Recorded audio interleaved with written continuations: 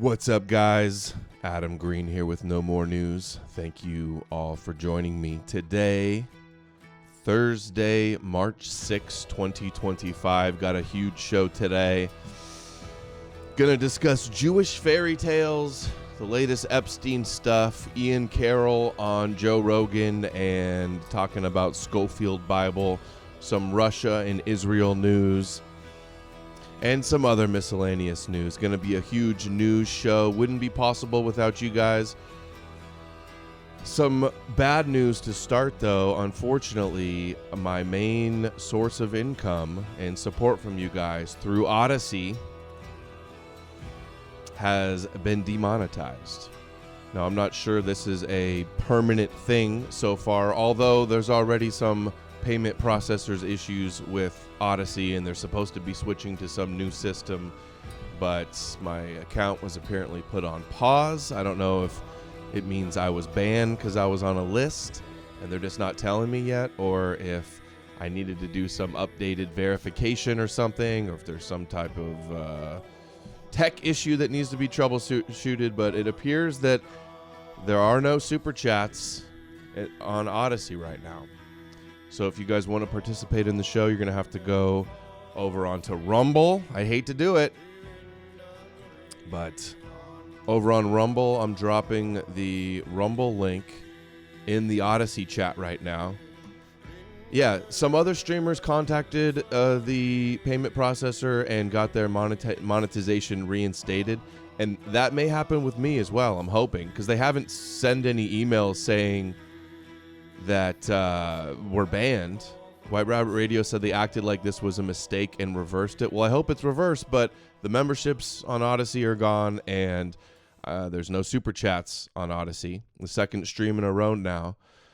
It sucks so many times getting just whacked at the kneecaps and having to start over and rebuild.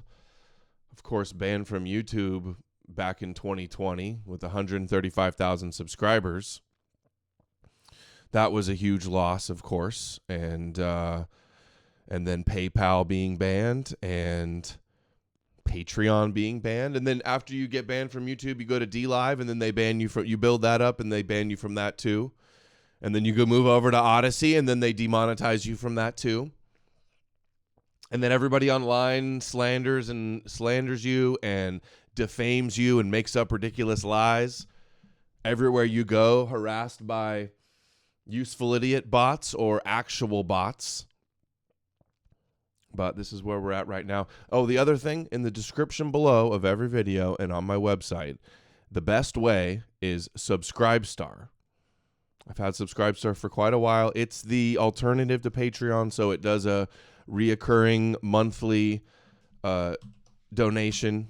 Guys, if you want me to continue making videos and enable me to do these streams and do this full time and be able to support my family, Subscribestar down below, $5 or $10 a month. Links, I put the link down in the description. Yeah, Power Chat, exactly. I'm going to have to get Power Chat back up. Maybe even, what's the other one called? I'm forgetting. Oh, what is the other one called? What's the other one that people use, guys?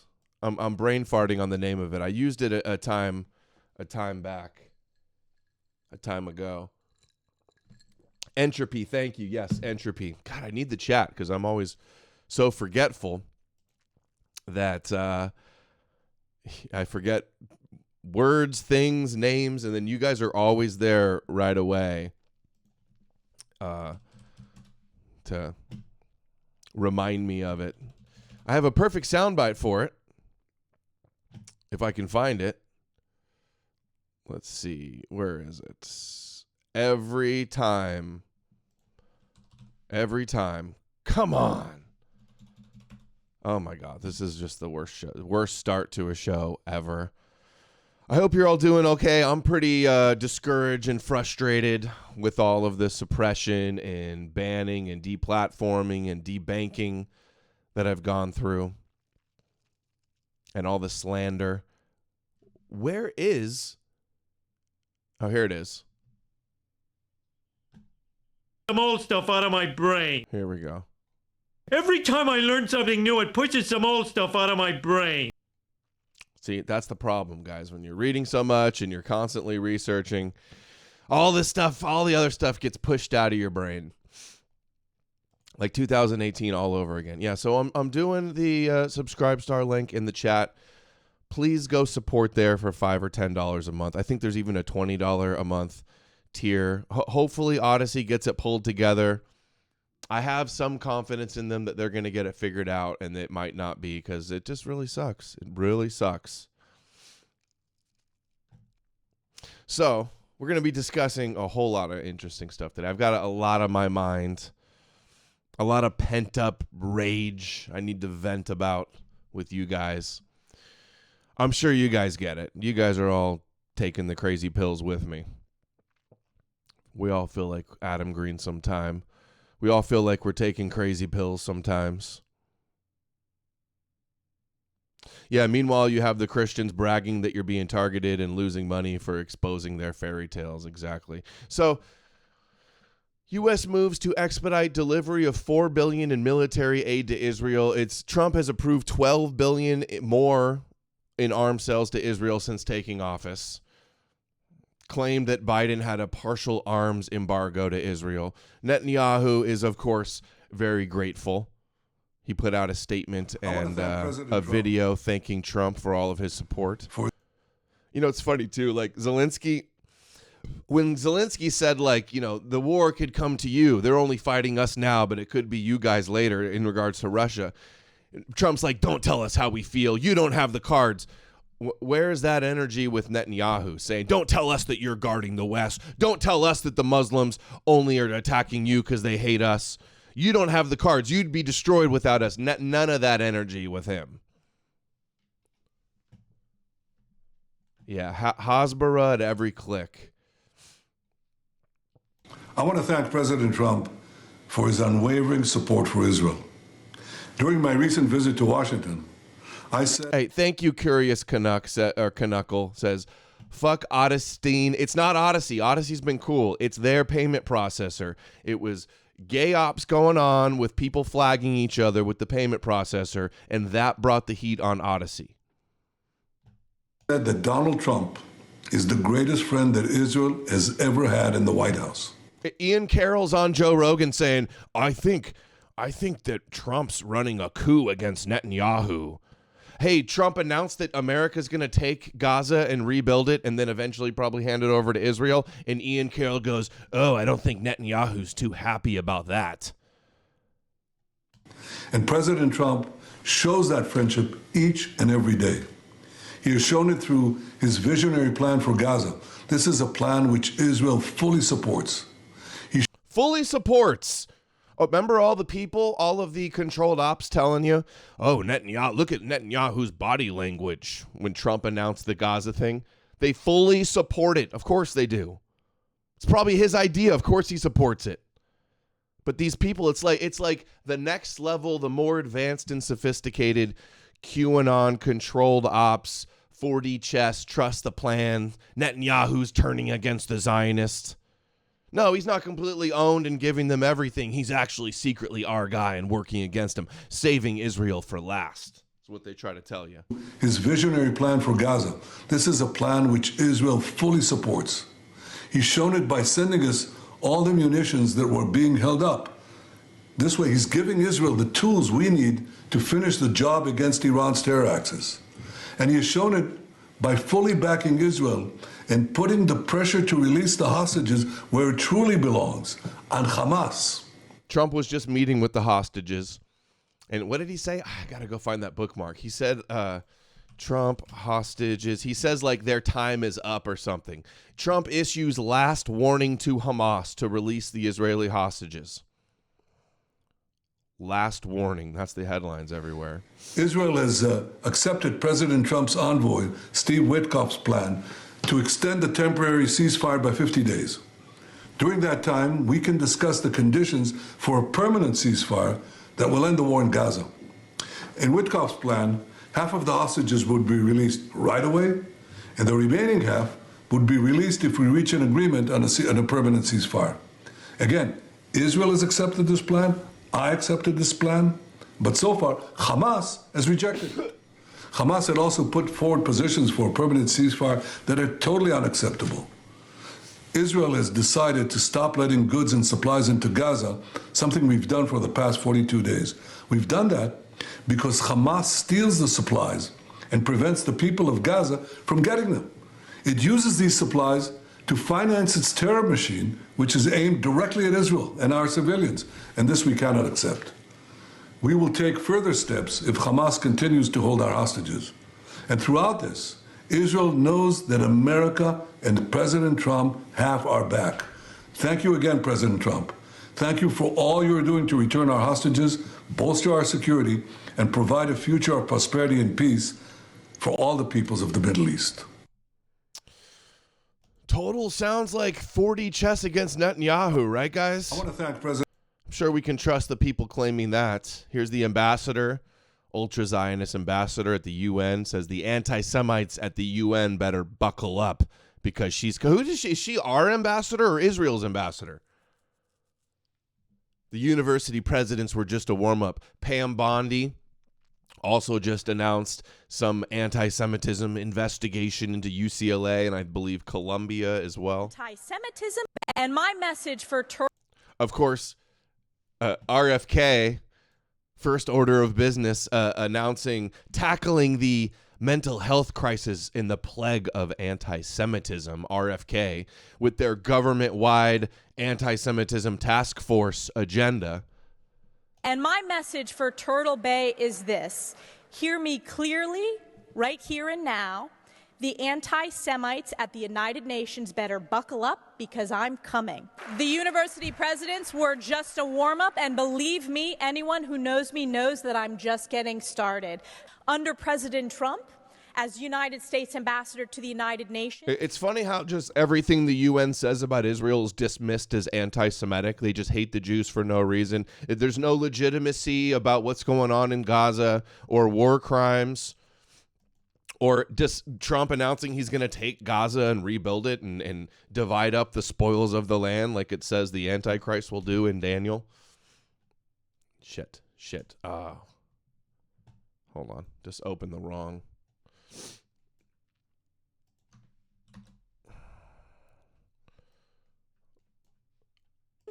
The days of propping up organizations that run counter to our interest are long gone. We will no longer fund terrorism, anti-Semitism, and anti-Israel hate. That stops immediately. And impose sanctions on the illegitimate International Criminal Court, which is targeting Israel with anti-Semitic attacks.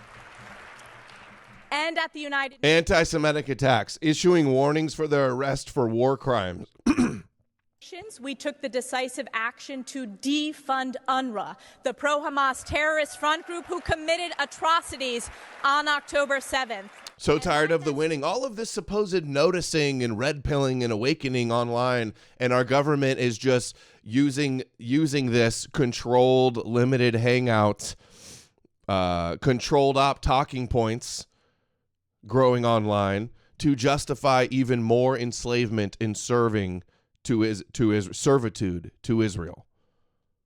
That's what it's resulting in. So we got Israeli world leaders react to Trump's. Come on, what is this stupid ad? You guys are gonna be like, get ad blocker. I think that's what's freezing up my Smotrick. That other article mentioned Smotrick. He's praising. Maybe we'll have to do an F5. Okay, here we go. Trump meets with the hostages. They say he's the right man at the right time. Israeli world leaders react to Trump's warning against Hamas. He says, this is your last warning for the leadership. Now is the time to leave Gaza while you still have a chance, Trump threatened in his message.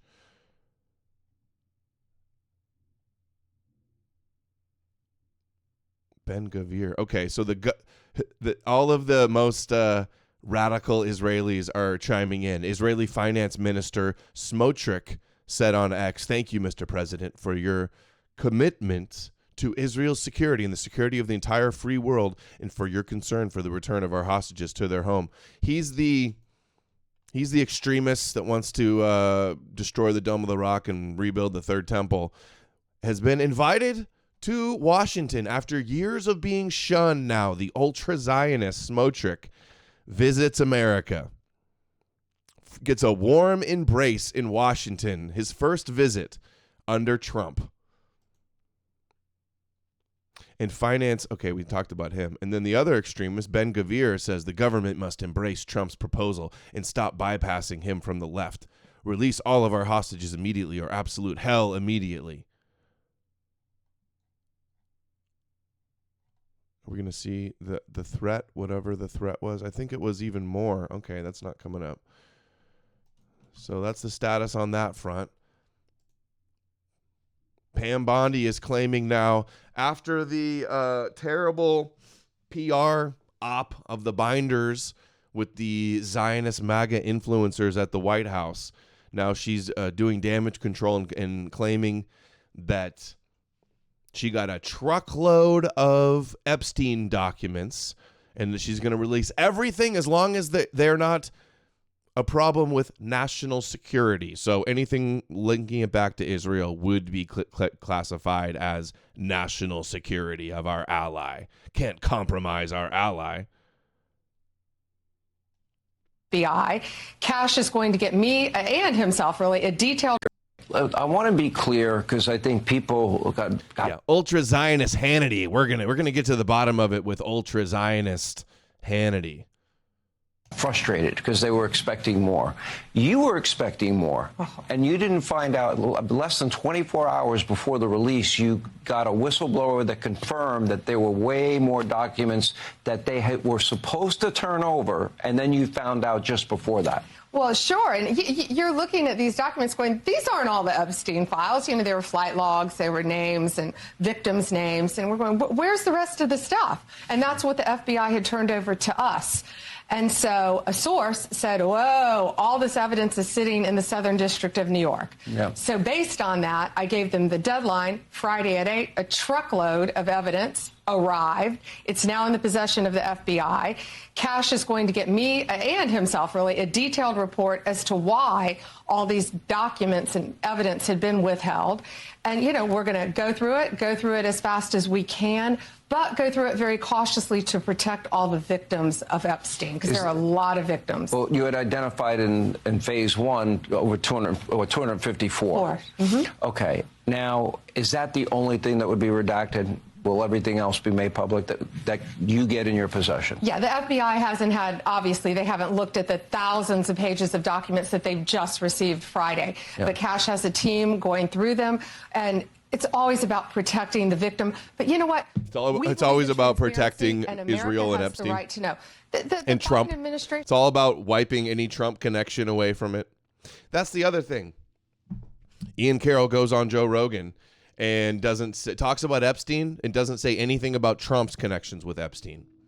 Or the fact that Epstein's lawyers were Alan Dershowitz and David Schoen, the top lawyer with Zionist Organization of America, and those were also Trump's impeachment lawyers. Trump's impeachment lawyers were Epstein's lawyers. Epstein is on video or on audio saying he was best friends with Trump for 10 years. Yeah, her cross necklace, she always has the big cross necklace, and she's heading the anti-Christian Zionist task force. Sat on these documents. No one did anything with them. And why were they sitting in the Southern District of New York? I want a full report on that. I don't know. Ask Trump. Epstein got arrested and silenced and killed under Trump. So why don't we ask him?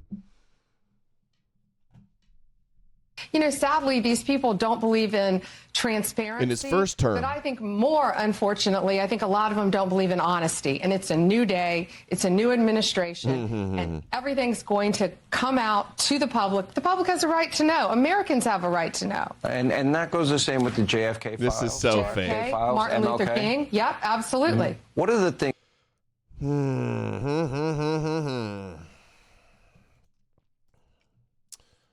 I don't buy it. You guys buy it? Ian said that Trump is leading the coup against Netanyahu. I know. This is so cute. Okay. I want to be Now, this is the one we just watched. Do we have another Epstein thing? No, before we get to the Epstein thing, look at what else with Trump. I missed the best stuff with Trump. He put out a message. Here, we'll get all of these over here. His actual statement and the video where they say God, the Israelis in the White House say God, Trump was sent by God to rescue the hostages, to release the captives, which I'm going to have to go find that, by the way. Let's do that. Let's play that first. That you want to do everything to I knew it was going to be quiet. Bad audio. Let's turn this up. Sorry. My family and I, myself, we believe you've been sent by God to release them. Sent by God to release him. Can we give this guy any more of a Messiah complex and a Savior complex? My family and I, myself, we believe you've been sent by God to release them. You can really help. Yes. You have the power to do it. You are our hope when we were there, and now you're their hope. Yeah. He said they're saying he was their hope when they were hostages. They will put their hope in him. You didn't think until I came along, you didn't think you were going to get out? No. Until he came along, they didn't think they would be freed. Once you were elected, we heard that you want to do everything to make a deal as soon as possible. And we were so happy. Yeah. Well, we said you better let us have those people back. Yeah. you gave us You hope. better let them out. We did say that, and Trump's like, I told them they better let you out or there'd be hell to pay. something happened, right? Yeah. Yes. Now we got to get the rest out. Please do it again. Thank you. Thank you all. Thank We're you. working on Thank it you. very hard. Thank Thank you very much. Thank you. Thank you. Thank you, Doug. You take care. We'll do the best we can. Thank you, Mr. President. Thank you. Thank you. Thank you. Thank you, Doug. You take care of yourself. It's horrible, horrible stories. Not even believable. Thank you. We'll get them out. We'll get them out. Thank you so much. Thank you, Doug. Thank you, Doug. You take care of yourself, okay? All the best. Thank you. Take care. You got a good future. Tell him. You got a good future. Trump releasing the hostages. Remember I said how Trump gets in and fulfills the messianic element of the proclaiming freedom to the captives. He releases the January 6th prisoner. He releases Ross Ulbright. He releases the Israelis in Gaza, fulfilling Isaiah 42. To open the eyes are blind, to free the captives from prison, and to release from the dungeon those who sit in darkness. Isaiah 61, two deeply messianic verses. He proclaims freedom to the captives and release from darkness for the prisoners. And another one I found too, Psalm 146. The Lord sets prisoners free. The Lord gives sight to the blind. All of these were obviously incorporated and interpreted to go into the Jesus story as well. Trump's statement says there will be hell to pay. He says shalom Hamas means hello and goodbye. You can choose. I thought it means peace also. You can choose release of all the hostages now, not later, and immediately return all of the dead bodies of the people you murdered, or it is over for you. You mean the people that got blown up from the Israeli airstrikes also? Or it is over for you. Only sick and twisted people keep bodies, and you are sick and twisted. I am sending Israel everything it needs to finish the job. Like they don't have enough already. Trump already said that basically every building in Gaza has been turned to rubble. How many more billions do they need? How much more of Gaza needs to be blown up? I am sending Israel everything it needs to finish the job. Not a single Hamas member will be safe if you don't do as I say. I have just met with your former hostages whose lives you have destroyed. This is your last warning. For the leadership, now is the time to leave Gaza. I thought the leadership was already like in Qatar or something, right? Who is funding them according to Netanyahu's will through Qatar. This is your last warning for the leadership. Time to leave Gaza while you still have a chance. Also to the people of Gaza, a beautiful future awaits for you in your new refugee camps in Jordan and Egypt, or sprinkled throughout Europe. Yeah, he's like, oh, don't worry, guys. The future of Gaza is great, as he posts these AI videos of him and Netanyahu on the beach drinking Mai Tais in Gaza.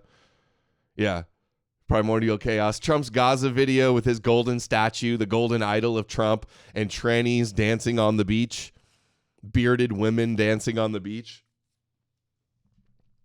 Which is funny that that's in there. I saw Sneeko covering. That's apparently a Islamic prophecy that the men will be women or something like that. Trump and Gaza #1. Also, to the people of Gaza, a beautiful future awaits for you. Just not in Gaza. That's going to be for the people of the world. That's going to be for the people in the area. That's going to be for their Zionist-friendly billionaires to build up, and eventually, once it's all rebuilt, hand over to Israel, which is another fulfillment of prophecy, the return, the freeing of the captives, and then the ingathering of the exiles, because it's probably going to be 1 million Jews make Aliyah to go live in the new Gaza.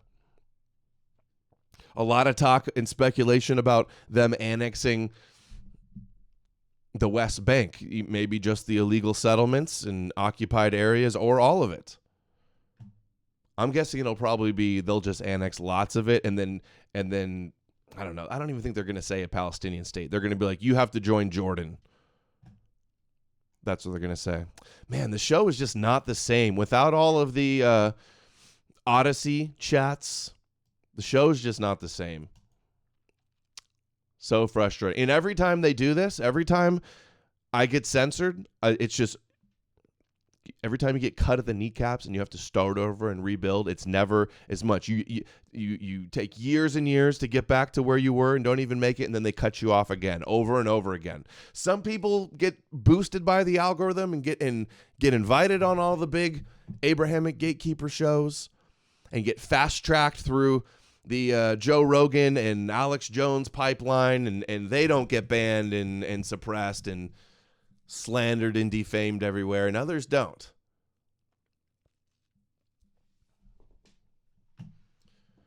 He says, a beautiful future awaits you, but not if you hold hostages. If you do, you are dead. Make a smart decision. Release the hostages now, or there will be hell to pay later. Donald Trump.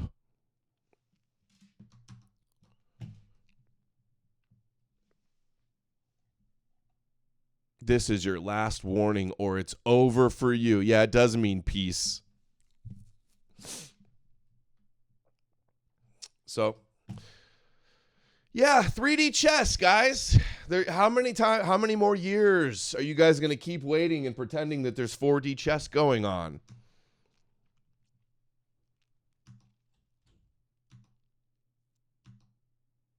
Like here. Like, here's the catch. It's like, oh, he's talking about Epstein. He's connecting Epstein to Israel. Oh, you mean the thing that everybody's known online for the last 5 years? Oh, real revelatory. Epstein connected to Mossad. They've even talked about Epstein and Mossad with other people on Rogan's show before. Here's the catch, though. What's the catch? This type of narrative right here. I suspect, I'm hoping I'm not blowing the lid on Trump's idea here. I kind of suspect that Trump is kind of in on a coup against Netanyahu right now. This is just my theory based upon the way he talked. Hey, guys, just keep supporting Trump. Yeah, sure, it looks like he's giving Israel everything they want and conquering Gaza for them. But hey, he's really secretly running a coup against him. This is why. And then when Trump announced the takeover Gaza thing, Ian, every time Trump does something kosher and Zionist, this guy pops up and goes, oh, it's not actually as bad as it looks. It's like, oh, he's exposing Israel and exposing this conspiracy stuff, but then getting you to support RFK and Trump ultimately at the end of the day. Disclosure, but still keeping you on the plantation. Now, here's the catch. I suspect, I'm hoping I'm not blowing the lid on Trump's idea here. I kind of suspect that Trump is kind of in on a coup against Netanyahu right now. This is just my theory based upon the way he talked about like occupying Gaza and the way he's friends with Jared Kushner and the way he's friends with the Adelsons. I suspect powerful Jews like the Adelson type people are starting to realize that Netanyahu was funded by Jared Kushner's dad. Netanyahu gives Jared Kushner top awards in Israel. Netanyahu slept in Jared Kushner's bed when he visited New Jersey in their mansion. And he's like, yeah, Netanyahu, yeah, Trump's totally in with the Adelsons, hundreds of millions from the Adelsons. And his son-in-law, Jared Kushner, is Chabad Lubavitch, but like that means he's like running a coup against Netanyahu. Are you fucking kidding me? Adelsons. I suspect that these theory, based upon the way he talked about like occupying Gaza and the way he's friends with Jared Kushner and the way he's friends with the Adelsons, I suspect that these powerful Jews, like the Adelson type people, are starting to realize that Netanyahu is kind of sinking this ship, and he's kind of fucked it all up, and it's not going well for Israel in the public conversation. Like I can. That's because they're killing Palestinians, which Trump supports. Trump has nothing to do with why people are being anti-Zionist to Israel. Are you kidding me? Conspiracy Truther says, do you notice he's pushing all the Russian talking points about Israel and America? Yeah, I do. And RT retweeted him. RT posted a clip of him. I can ratio just about anyone I want on Twitter over the Israel thing because the public sentiment is just shifting. And it's not healthy for anyone, for Jewish people or anyone else. And I'd suspect that the powerful Jewish people are starting to see that and are... Yeah, the Jews that run the algorithm on the internet. He can ratio everybody, but they as if they don't control the internet. Please. Everybody else for years that's been talking about all of these same exact issues and not being careless and not being over the top and not justifying any censorship. Everybody else that talked about Epstein in Israel and this type of stuff for years got suppressed and blacklisted and banned off everywhere. But then the one that has the theory that Trump's secretly running a coup against Netanyahu, he's the one that gets boosted and blows up overnight. Starting to scheme on how do we fucking get Netanyahu out of there and put someone in that can actually move us towards some sort of peace. Because without a genuine desire for, like, Netanyahu is on fucking camera saying that they have propped up Hamas in the Gaza Strip because they don't want a real government in the Gaza Strip, because it's far better for them to run this occupation and to eventually take the land if Hamas is, that's not an exact quote. Everyone should look that up for themselves. But not just propped up, but funded. Exactly, yeah. And intentionally kept there.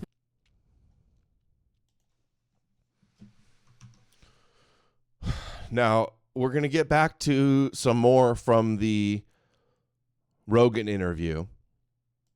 But this is what really, when you see the go-to Christian-controlled op talking points, and when you see him covering, what good is exposing Epstein and Mossad and stuff that everybody knows when you're ultimately still getting people to support Trump and RFK, and you're an apologist making excuses for all the shit they're doing. And then when you do the Scofield, the Scofield cope is all about downplaying that all of Christianity is Jewish. That's what the Scofield cope is about. So here is he goes on the Hodge Twins podcast explaining the Scofield Bible, gets community noted, 20,000 likes. We're going to play this. Community note for the win. And they say the Jews Jewified the Bible. That's the narrative we're going with, huh? The Bible wasn't Jewish to begin with. No, not until Scofield did they Jewify the Bible. You got to be kidding me. This is the limited hangout. Watch this. Of the text. Do you guys know about the Scofield Bible? Oh boy, here's a rabbit hole for you. Here's a rabbit hole for all of us. In the early 1900s, right around when the Federal Reserve was founded and the Balfour Declaration happened, right at that exact same time, the Rothschild family hired this dude, this pastor. Again, I try to look into this claim that I've heard online for years. The Rothschilds funded him. You actually tried it. I did a tweet. I said, where's the proof that the Rothschilds hired this guy? There's literally none. I haven't seen it if there is. Somebody sent me the book, The Incredible Scofield. Apparently, like, maybe the root of this claim is he was a part of some organization that also had Untermeyer or somebody related to Untermeyer.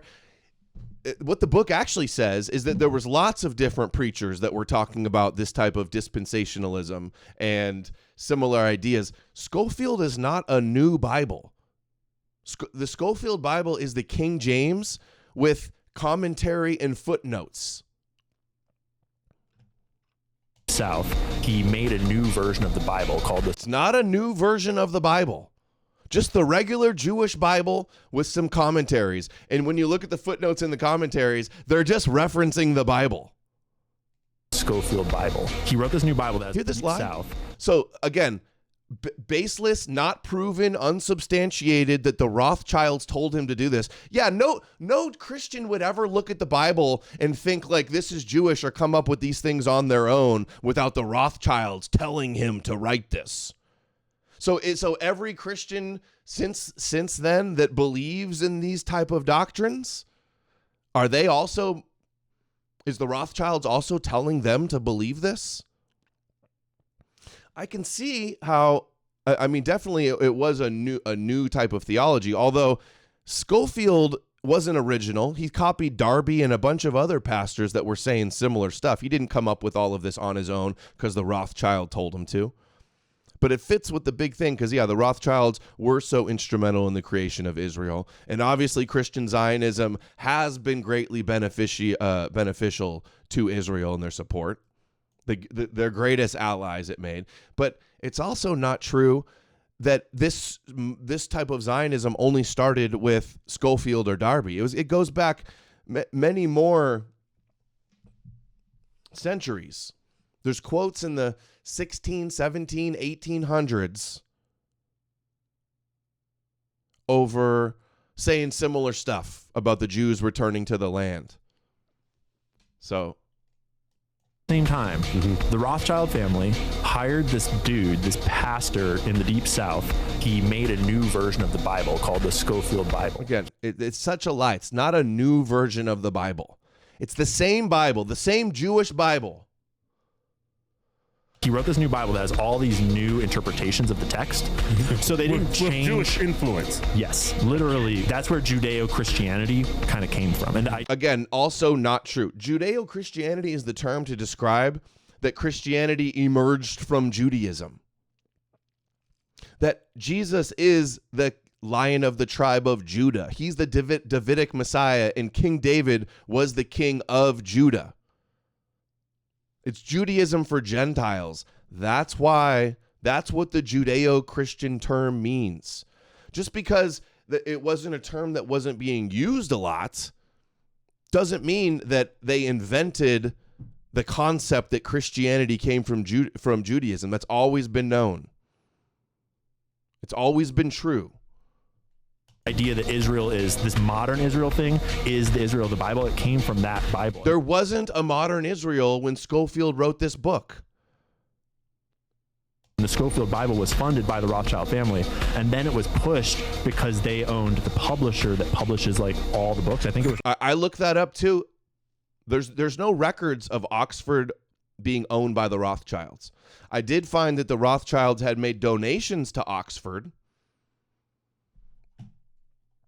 But do they own it? I don't know if you can substantiate that. It just goes real well with the conspiracy that the Scofield Bible wasn't just a new doctrine and a subversion. Christianity is the subversion. There would be no Christian Zionists without Christianity. The Christian Zionism deception would have never been possible if they already didn't deceive the Gentiles to believe in the Bible. The idea that, like, if all it takes is a couple footnotes to completely subvert and turn your religion on its head and turn it into complete slaves and enablers of Israel, then maybe your Bible was kosher to begin with. It is a red herring. Yeah, the idea that, like, the Bible is not, like, all about the God's chosen people and the Holy Land and the Messiah and ruling the world, like, all of that is in the Bible. It's not It's not in the Talmud. It's not in Scofield Bible. All of these copes, it's the Talmud, it's the Scofield, it's the Bible. The Bible is the conspiracy. The Bible is the root of it all. With Oxford Press. And so they had the deals that they could make to get that Bible into all the mega churches across whole denominations of Christianity. And so that was when Christianity got kind of... Okay, if it's so wrong, if it's such blatantly bad theology and it's so wrong, how come real Christians haven't been able to convince all the Christian Zionists of their heresy?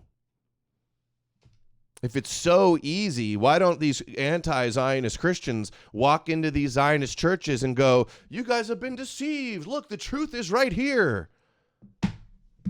Like, maybe the Bible was very easily subverted and twisted because it was and twisted to brainwash Christians because it's extremely susceptible to it because they already believe in the prophecies. Maybe they're especially vulnerable to subversion because they've already fallen for step one of the subversion.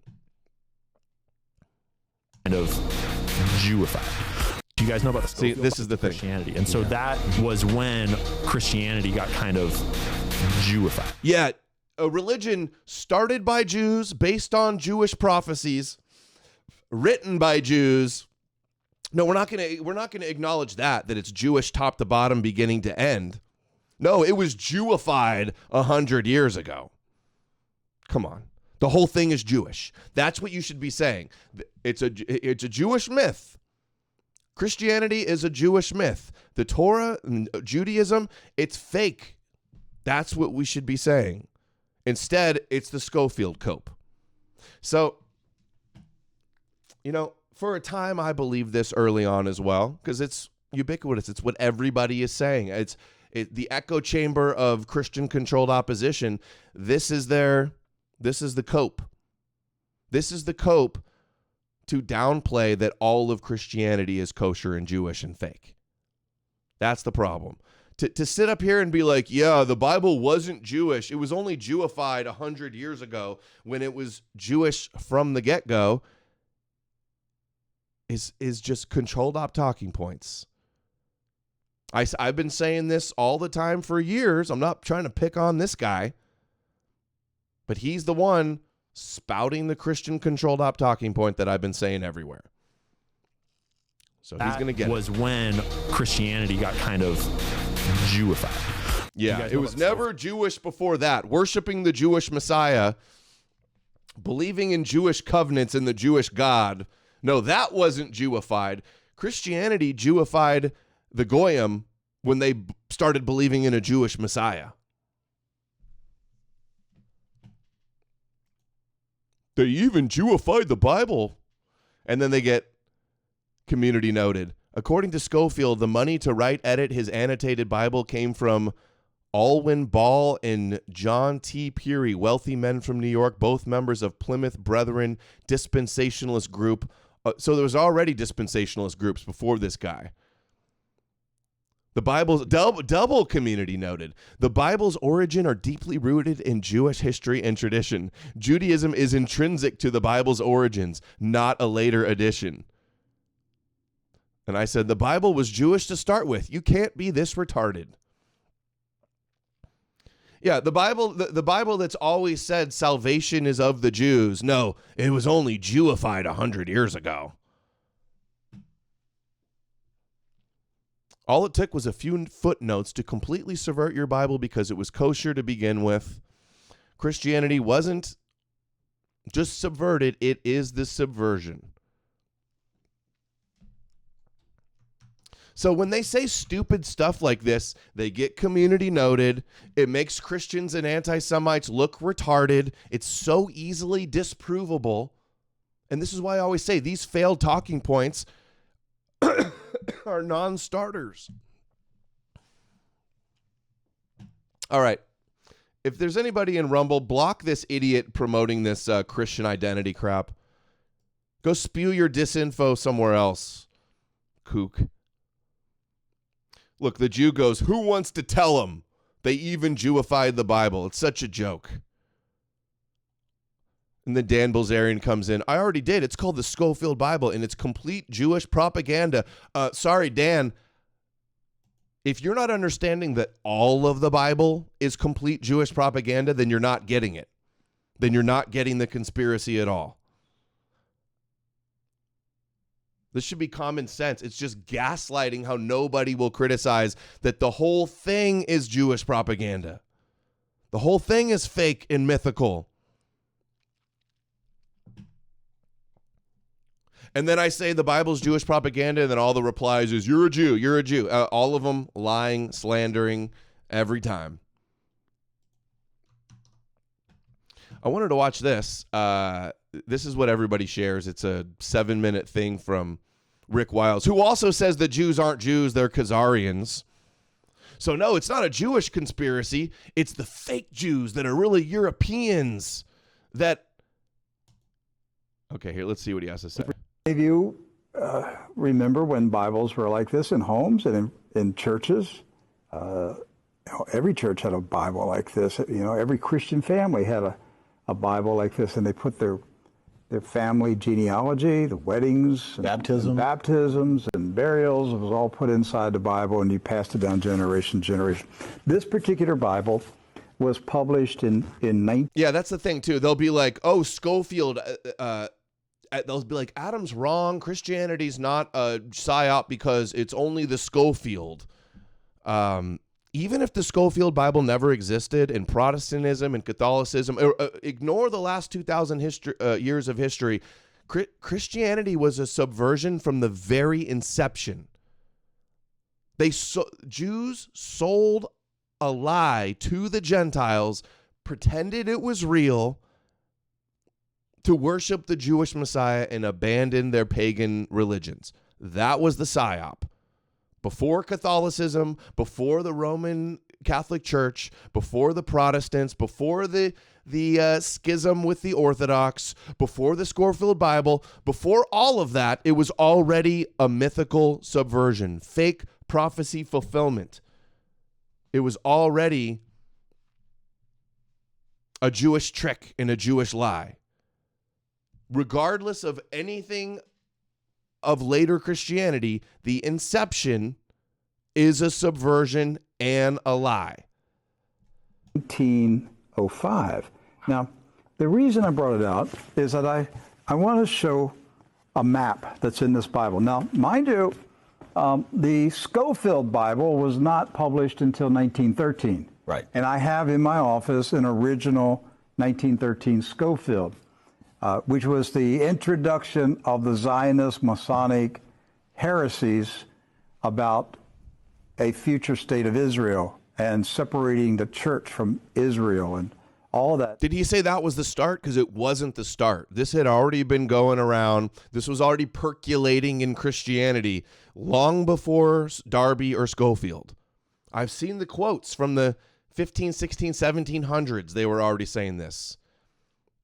It was inevitable. If these Christians are reading the Bible, I mean, all of it's about the Holy Land and the Antichrist and Jesus returning on the Mount of Olives. Like the idea, like the whole Bible's about the Jews and the chosen people and the prophecies and the temples and the land. But like, you're going to act like all of that doesn't exist and just point to the Scofield footnotes and act like that's the problem. None of the rest of it's a problem. Yeah, I'm reading Rumble rants. Cash App is only on my phone, so Princess Wrong Think for 20 says, I feel like I'm taking crazy pills. These MAGA Christians will fall for anything. Thanks, Adam. Thank you, Lisa. The support means a ton. Brother B says, I sent you a Cash App. Also, put the link in the Odysee chat and turn on your notifications so we can tip you live on Odysee. It's on my other phone. It's on my old phone. I don't have the Cash App app on my new phone. Sorry. And that one's dead in the other room. Okay. Rapture stuff. That's where it came from. It was a Masonic Zionist heresy that was introduced into the American churches in 1913. This is a 1905 Bible. Pre-Scofield. Pre-Scofield, with no Scofield notes in it. So you open it up, And this is on page 13. It's like Christians wouldn't think Jews were chosen if it weren't for Scofield. It's like your whole book's about them being chosen. And even if you're replacement theology, you still believe that they were once chosen. That's the thing that the Christians always lie to. They go, Adam thinks that we believe they're chosen. We don't. I always say you believe at a minimum that they were once chosen, and they ignore that. They ignore that they're affirming the concept of chosenness and then wanting to be grafted into their chosen covenant, which legitimizes it. This thing's big. I want to show you. Here is a map of the Holy Land. And it says, what? Oh, Palestine of the Holy Land. They misspelled Israel. No. Palestine. This is before 1948 when there wasn't in Israel. That's why. Is this supposed to be some revelation? Huh. And all these Christian Zionists that tell me, Rick, there's never been a Palestine. All right, so here's a still. There it is. Let's zoom in and show you here. Yeah. It was under their argument is that it was under the Ottoman Empire, and there wasn't like a Palestine government and king or president of Palestine. That's what big own. You hear these people like John Hagee, there's never been a Palestine. Well, look at this Bible map from 1905. And most Bibles, yes, from then had a map of Palestine. And Palestine is in the Bible itself, in the Old Testament. So we're showing you this just because I'm trying to break through the Philistines? The propaganda, the confusion, the lies that the Zionists have implanted in millions of minds of Christians in America, and told them there's never been a place called Palestine. But I have a map, Rick. Right there it is. So with that in mind, do you know who lived in Palestine? Palestinians? Palestinians. I got that. Are we exposing? I thought we were talking about Scofield Bible. Were Jewish, Christian, and Muslim. Yeah, it's in the Balfour Declaration. There's coins. It was the newspaper of Palestine. Particular country. Palestine. They were all Palestinians. Yes. Jesus was a Palestinian. Does the Bible call him a Palestinian? Did they even name it Palestine? When was it named Palestine? Wasn't it after Bar Kokhba? After the temple was destroyed is when the Romans actually named it Syria Palestina, right? I'm going to look that up. The Bible says Jesus was a Jew from Nazareth in Galilee and born in Bethlehem. It never calls him a Palestine. It says he's a Jew. Look at this. Okay? So Israel has never meant a political country. It's always meant the people of God. Yes. 135 CE after the Bar Kokhba event. So it wasn't even called Palestine by the Romans until over 100 years Jesus supposedly died. So these Christians want to get up here and act like they're debunking the Zionist disinfo. And what do they say? More easily disprovable disinfo that then the Zionists can point to and go, look, they're retarded. You see what I'm saying? That's how controlled opposition is. Instead of just telling the truth about things, they have to lie and spin, which actually just discredits the opposition and helps the Jews. Out ecclesia, the people of God. That's what Israel means. It's not a political country. With that in mind, we're going to show you some of the scenes of the violence that's taking place in great work. And I thought this was a debunking of Scofield. It's not about Palestinians. They never proofread or fact check. Yeah, it's like, what is so egregious in the Scofield Bible that you guys are complaining about? Because it's the King James Version. Is it that they say that the Jews are the descendants of Abraham? Because I'm sorry, but if every Christian reads the book and is convinced, if these are such, why was it so easy for the Jews to lie about the Bible in God's church and just completely subvert it? Is that God's plan? If it's so easy for them to hijack their religion with these supposed heresies, then maybe it was bullshit to begin with. Maybe it was designed to be susceptible to that. Wouldn't have been possible without. Guess who's not going to be a Zionist at all? Someone that was never a Christian. Can't be a Christian Zionist if you're not already a Christian. So that was, look at this. They go, oh, more info about the Scofield Bible. Gets 500 likes. Oh, here's AdamGreenKMN says, notice he never gives a single example or quotes it because this is a lie and a cope. None of you have ever even seen a Scofield Bible, much less looked inside one. And when you look at it, he just quotes the Bible. Yeah, they never dissect the verses. I asked for proof that the Rothschilds funded him. They don't provide any substantial evidence. We asked for proof about what this subversion looks like. What does he say? He cites, is he the God of the Jews only? Is he not also the God of the Gentiles? Yes, of the Gentiles too. Scofield Bible, the Bible's kosher to begin with. To say that the only problem is the Scofield Bible is a controlled op, limited hangout talking point. The whole thing was Jewish from the beginning. The throne of David. The Lord of hosts shall reign in Mount Zion and in Jerusalem and before his ancient. And not to mention,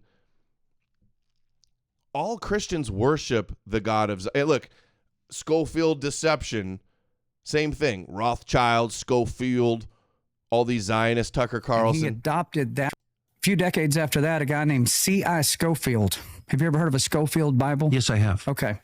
So C.I. Scofield was basically a student of John Darby.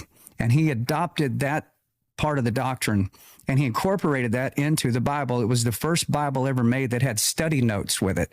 We have all kinds of Bibles. That's not true either. They had Bibles with study notes before that. Another easily disprovable, ridiculous thing. Bibles now that have, concordances and study. All of like they're basically just in damage control, waving their hands like Christianity's not Jewish. Christianity's not the problem. It's only Scofield. It's only Scofield. Yeah, they worship a Jew and the Jewish God, and it accomplished the Jewish prophecies of conquering the pagan idol worship, but it's only Scofield's that's the problem. Notes and all kinds of stuff that go along, but this was the first one that was ever made. It became so popular. Every Christian was reading it. Every minister was reading it. And this continues today to this exact second. My own dad, when he went in seminary and was, wanted to become a minister, they said, make sure you have a Scofield Bible. Yeah, people are like, Scofield Talmud. I'm like, yawn. Come talk to me when you expose the Torah, which is the root of all of it, and it's fake and Jewish. Well, now when you come to class, have your Scofield Bible. I know. Total lie. Many church fathers have commentaries and footnotes. They've always been doing commentaries on the Bible, but never did a commentary till Scofield. Like, just completely the stupidest, most ignorant thing you could say. The Bible also adopted that entire John Darby philosophy of Christians will not be here when the bad stuff starts to happen. And most Christians still believe that. Matter of fact, a lot of my friends that are Christians are going to watch this interview are probably right now going, hang on a minute. Now, hang on. But still, Catholics and Orthodox believe that the Antichrist has to come before Jesus returns. And Jesus returns to destroy the Antichrist. So they basically, they still believe in the prophecies of Revelation as well. Sure, there's slightly different interpretations, but all Christians still agree that of the prophecies of Revelation, if you believe in Jewish prophecies at all, you've been Jewified. Your brain has been Jewified and you've already lost. Genesis 15:18, which literally defines Zionism, said the exact same thing before the Scofield Bible, says conspiracy truther. I know. So this is pushing back against a doctrine that's been in existence now for coming up on 200 years. The problem with that doctrine is there's several places in the Bible where it talks about what's going to happen prior to Jesus Christ coming back to the earth. When he does come back, that is when what we call the rapture happens. The word rapture is nowhere in the Bible. It talks about us being caught up with him and pulled out of here, and then the ultimate wrath is poured out on this planet. That's what we call the rapture. So that's not in debate. The question is, what happens leading up to that? It's a good question to ask, right? For some reason, nobody ever preaches that. They don't want to talk about what all happens prior to. Of course they do. What is this guy talking about? Nobody talks about wars, rumors of wars, the birth pangs of the Messiah, famines, plagues, earthquakes, nation against nation. Nobody ever talks about So it. if I can I just read if we have time? That's why I love the thought of this interview. I do too. But just to be clear, what you're saying is the Scofield Bible, its theology is deceptive. I'm saying that the same way the media takes a factual situation. He should have been like, how is it deceptive? How is it wrong? And he'd be like, oh, I don't know, actually. And twists it and gives you a version of it, which we all know we're force-fed every single day. The same exact tactic was used in 1830 by John Darby. And guess who he was connected to, by the way? The Rothschilds. Interesting. Yeah, he was connected to the Rothschilds family back in the day. That he did the same exact tactic and twisted that. I don't know why he did that. It worked because it took off. And I mean, there were churches popping up everywhere right after that. I just did a search. Is John Darby connected to the Rothschilds? There's no verifiable historical evidence. You know, if you're going to be making these huge claims and that's like the foundation of your conspiracy, you'd think that there would at least be like a little bit of proof. Oh, the Rothschilds? Okay, how are they connected? Oh, I don't know. I saw it on a meme on Facebook. I saw a TikTok say it once.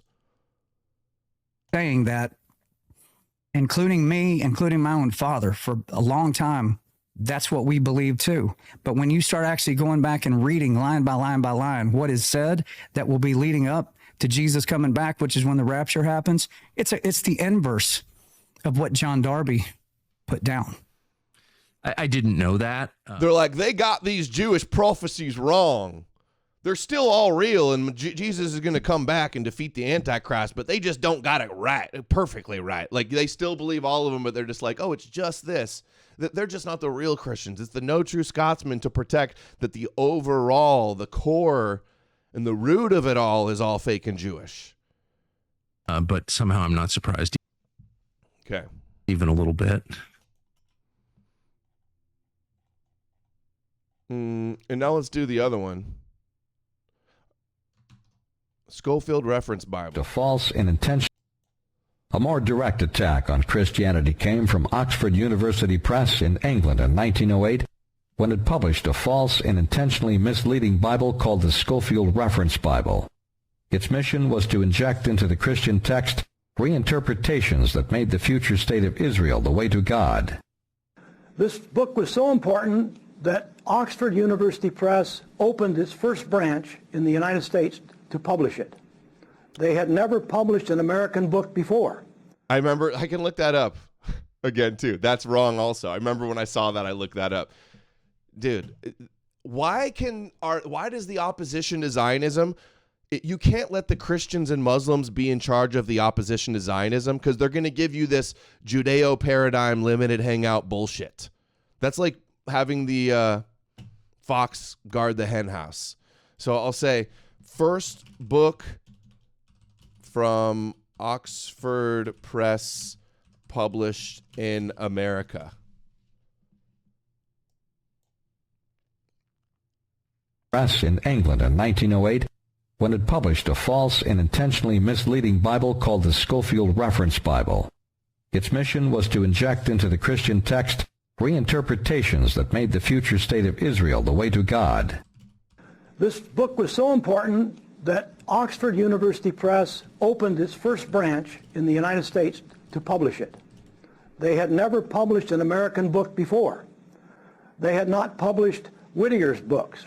They published it in 1890. They opened their American branch in New York in 1896. When did he claim it was?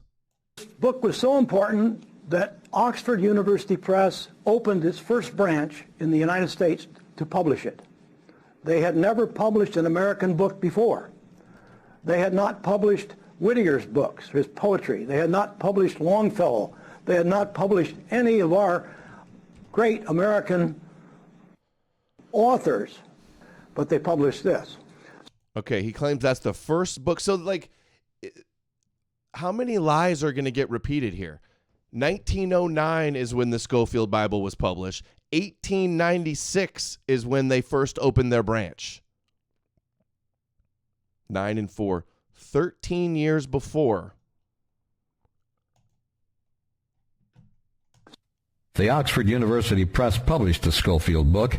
They promoted it into key American seminaries and Bible schools where the beliefs of future generations of pastors could be molded to cloud the peacemaking traditions of Christianity and benefit the state of Israel. Most pastors and teachers were unaware of any. I mean, it certainly did that. That's why I could see. I mean, I would be open. I believed for a long time that all of this stuff. I believed I never looked into it. That's why so many people.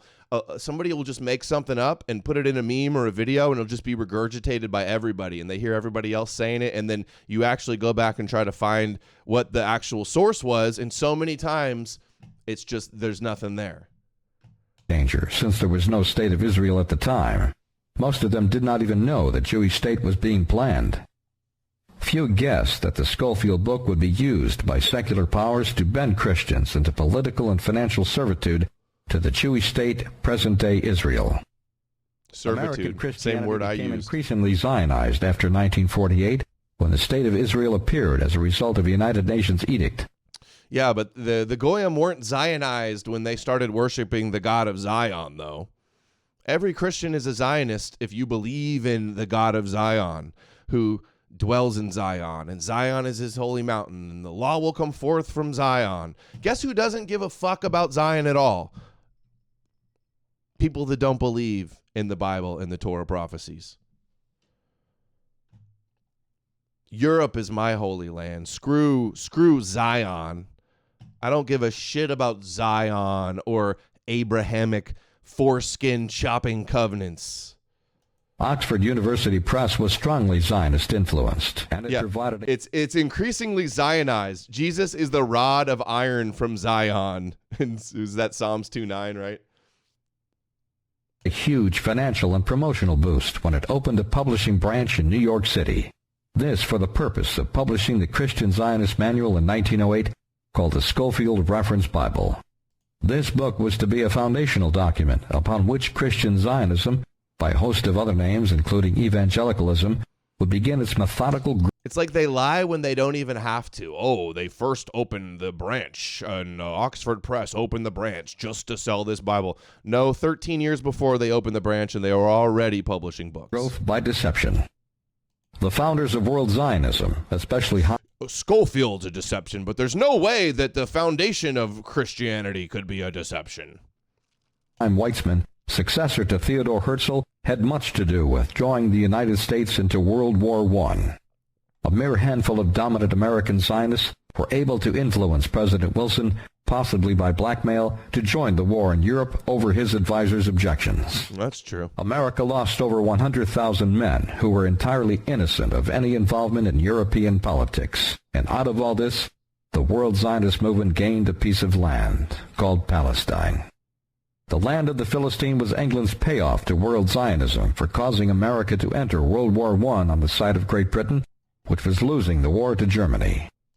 By 1917, the World Zionist movement was in high gear toward occupying Arab Palestine after the Balfour Declaration gave them a claim, without title, to any land occupied by the Palestinians.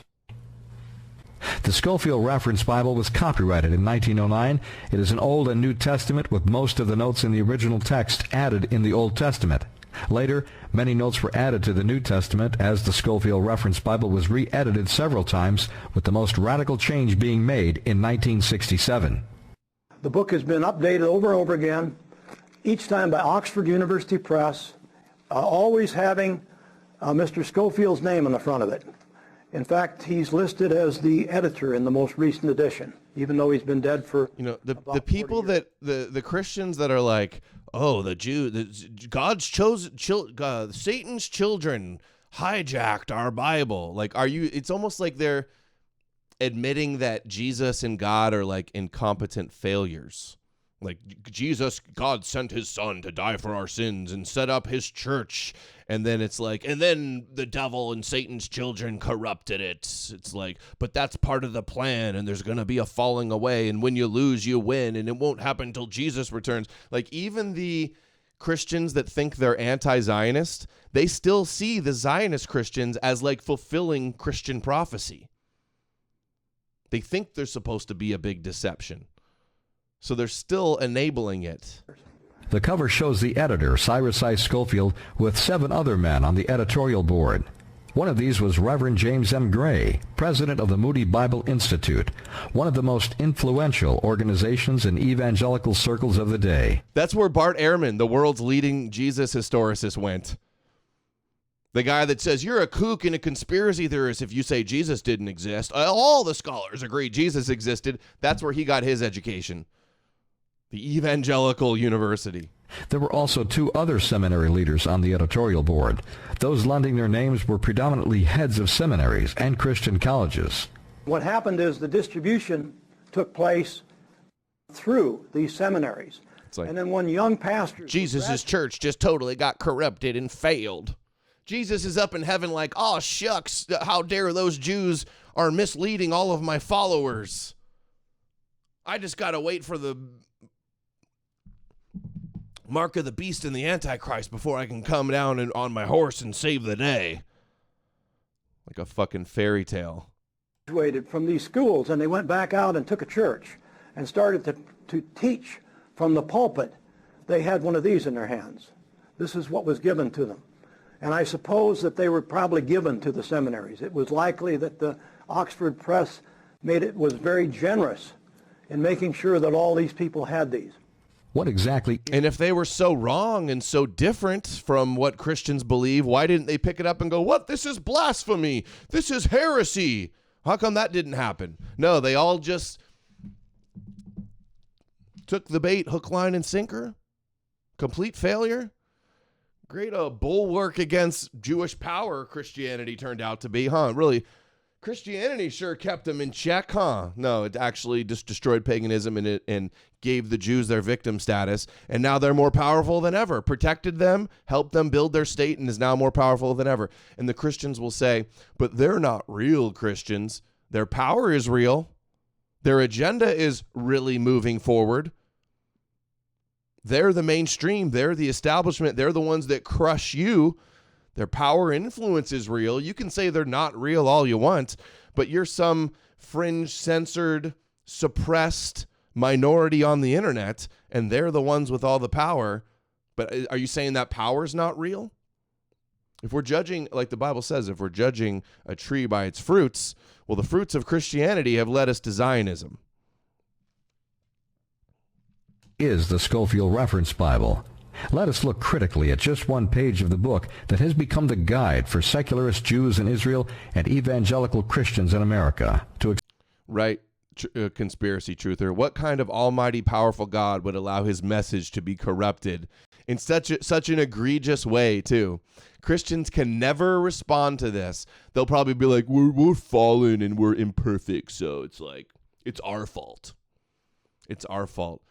God couldn't have made the Bible a little more clear. Jesus, God incarnate on earth, couldn't have made it a little more clear that you don't need to go have a state of Israel. Couldn't have clarified a little bit better to prevent this supposed disaster from taking place. Explain why they think present-day Israel has the right to all of the land in the Middle East, beginning with Palestine. Genesis 12:3 is part of the Torah and is quoted in the Quran. These 3 verses are standard in the King James translation and very similar in other Bibles. Let me paraphrase it as you read the Old English. The Lord told Abram to leave his home and family and go into a land that God would show him. God promised to then make of Abram a great nation, bless him, and make his name great, protect him by blessing his friends and cursing his enemies. And from Abram's seed all the nations of the earth would be blessed. Now for the part that is important to traditional Christians. I quote, "In these shall all the families of the earth be blessed." Christianity has for 2,000 years taken this to be the first notice from God of the coming Savior of mankind. Genesis 12:3 is the earliest covenant that God made to Abram, and it is the one used by Israelis and Christian Zionists to justify the idea that the entire Middle East should be Israeli property. I mean, it literally says, hold on, it says in the Bible, I'm sorry, that they have an everlasting covenant forever, that he will never destroy them, that they will have the Holy Land, that's his precious land.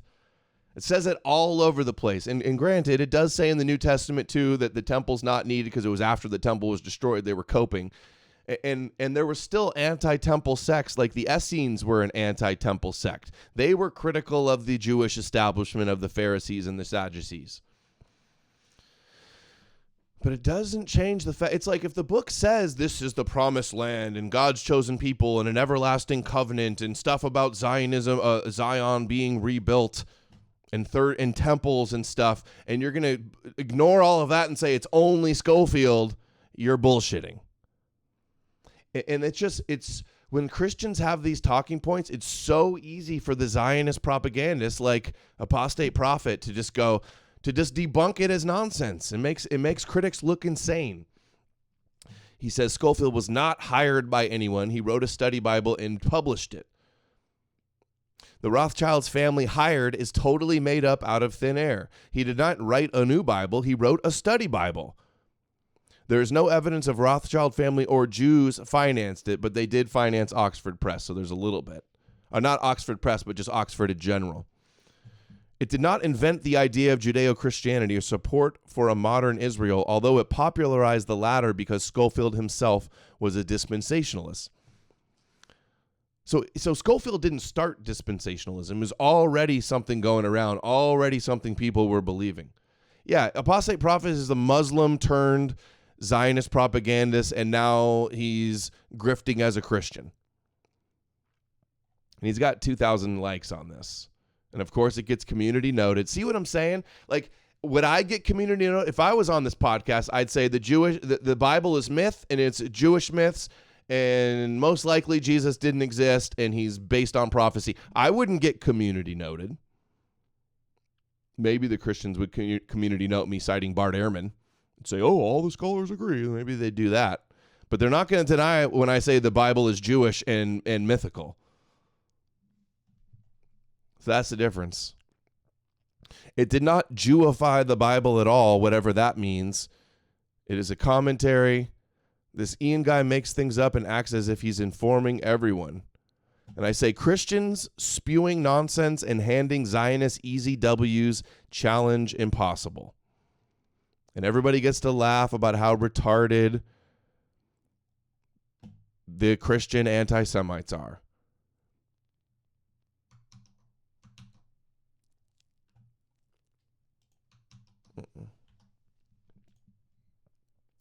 And from thy kindred, and from thy father's house, into a land that I will show thee. Zionists of all races interpret the phrase, into a land that I will show thee, as a perpetual land grant to present-day Israel. Now we will examine the most effective corrupter of Scripture in history, one Cyrus I. Scofield, a 19th century American. Note on page 19 that the footnotes dwarf the text. Note also that the italicized insertions in between the verses that are not part of the Bible. In the 1967 version of the Scofield Reference Bible, there are more footnotes than in the original 1909 version, and since the death of Scofield in 1921, the footnotes have grown to dwarf the text in these very important pages. Let's look again at the vital footnote 2 found in the Scofield Reference Bible in 1967 on page 19. The footnote reads, God made an unconditional promise of blessing through Abram's seed to the nation of Israel to inherit a specific territory forever. But the passage doesn't say anything like this. God orders Abram to go to a land that God will show him, using the first person familiar thee, meaning Abram and no one but Abram. The passage does not say that God is giving any piece of land to anybody forever. It doesn't say anything about Israel. Now, how complicated is it? Leave your land, go where I tell you to go, and I will protect you. How complicated is that? How many footnotes does it take to understand what God was saying to Abraham? I mean, anybody who reads that should be able to figure that out, that's what the message is. But Mr. Scofield wrote all of this to explain it. In fact, if we accept biblical history, we know that Abram had no children when this happened, and not for quite a while. So there was no person. History. Imagine pretending Abraham is history. Yeah, God came him and said, you can't have a child. Well, I'll help you have a child when you're 100 years old. And then I'm going to do a covenant with you where you cut up a bunch of animals, and then I'm going to carry the torch through. And that means that now, and I'm going to tell you to sacrifice your child and chop off your foreskin. And like, this is history. And let's argue about the details of this fairy tale. This is why Christianity, even anti-Zionist, is controlled opposition. The Zionists aren't controlled opposition. They are just controlled proposition. They're the controlled enablers. They're the accomplices. So what is the controlled opposition? Obviously the Christians that are supposedly thinking they're anti-Zionist, that refuse to expose the whole conspiracy. Or nation named Israel when this promise was made. There was no state or nation named Israel. The man Israel did not even exist in Abram's imagination when God spoke to him. How then could Scofield or the Oxford University Press say that God was promising the land to the present-day state of Israel forever? Where did the state of Israel get in this?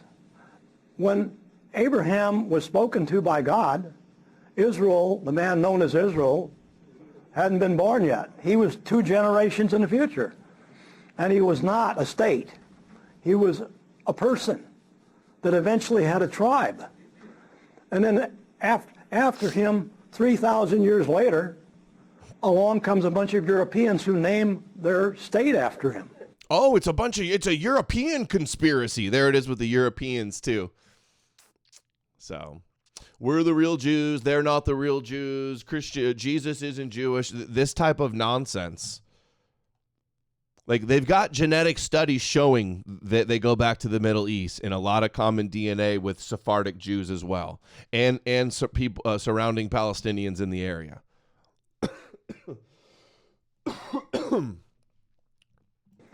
But see, it's not Jews. It's not Jews following their conspiracies to return the land and fulfill their prophecies. No, it's fake Jews.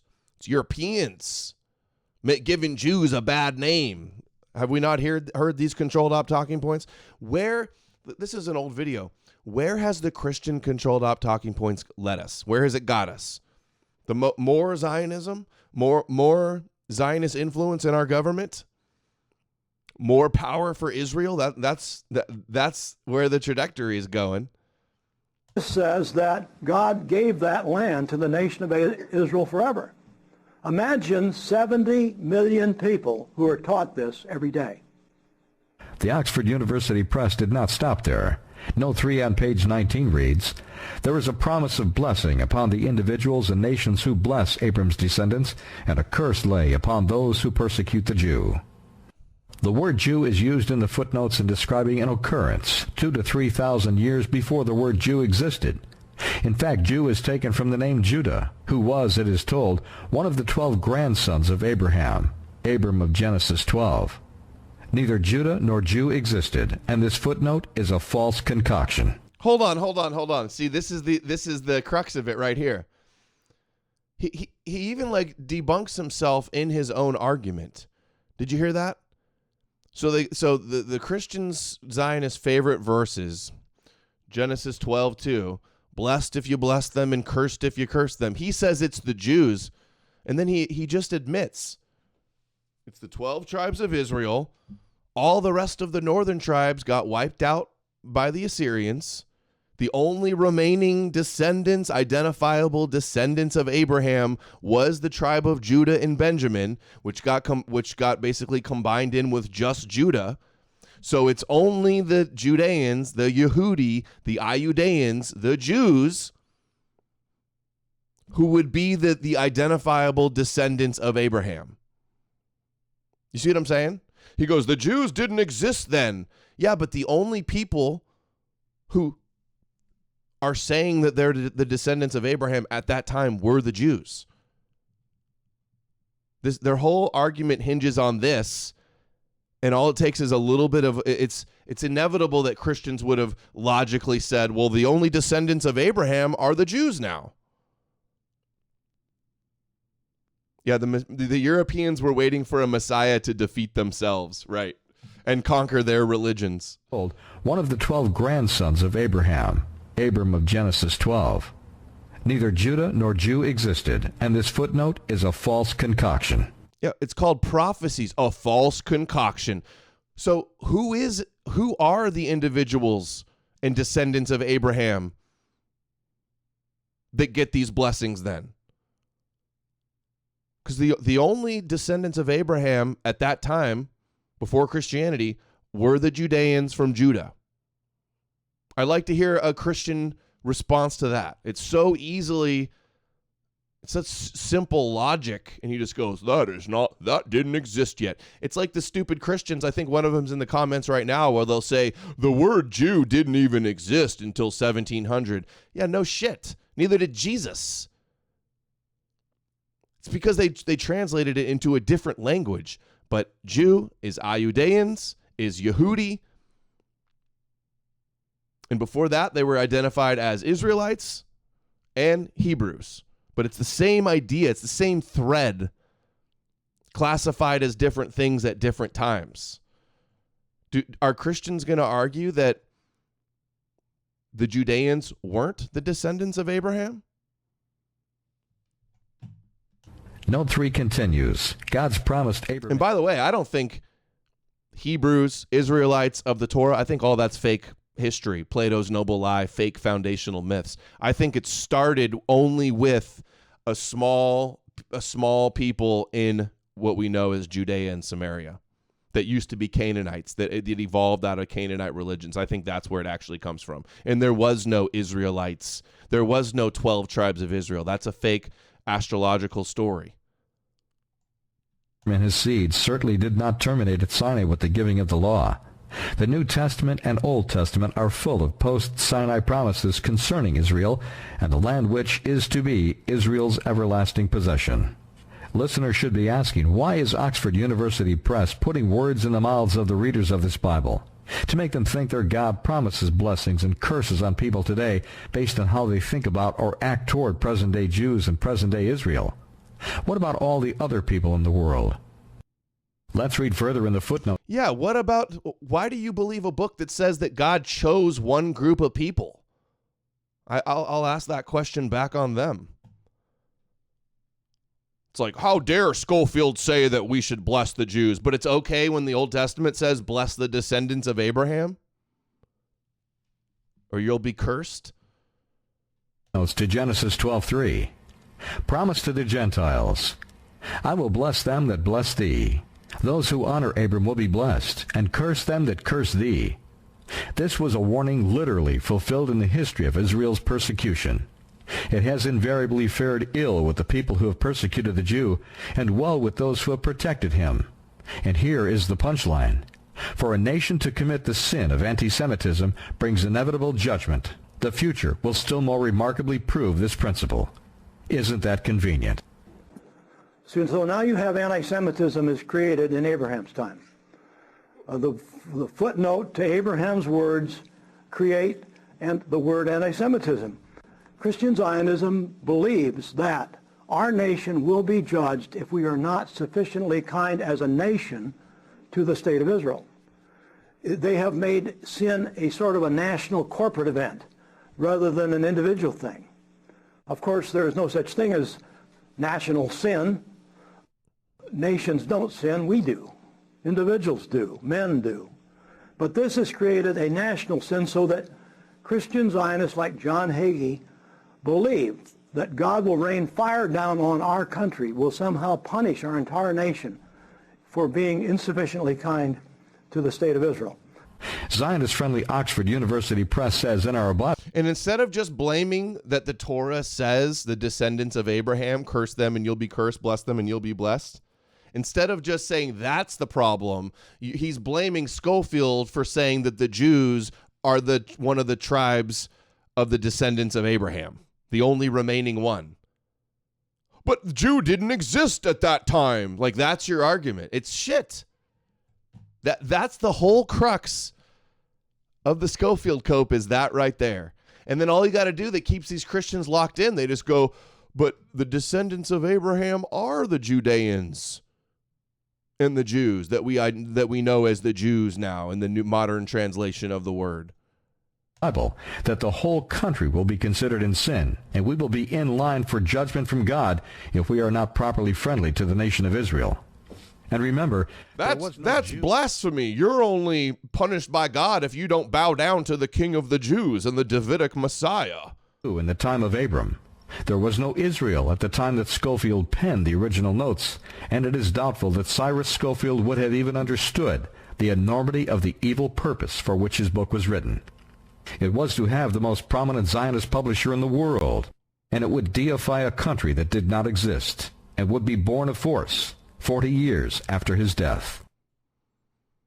Not all Orthodox Christians were asleep during that time. Philip Morrow was one who saw both the heretical and the war-making dangers of the new religion and actually called it Zionism. Morrow was a well-known patent attorney, counsel for the Columbia Phonograph Company, and the Christian researcher who wrote legal briefs for William Jennings Bryan's famous court cases.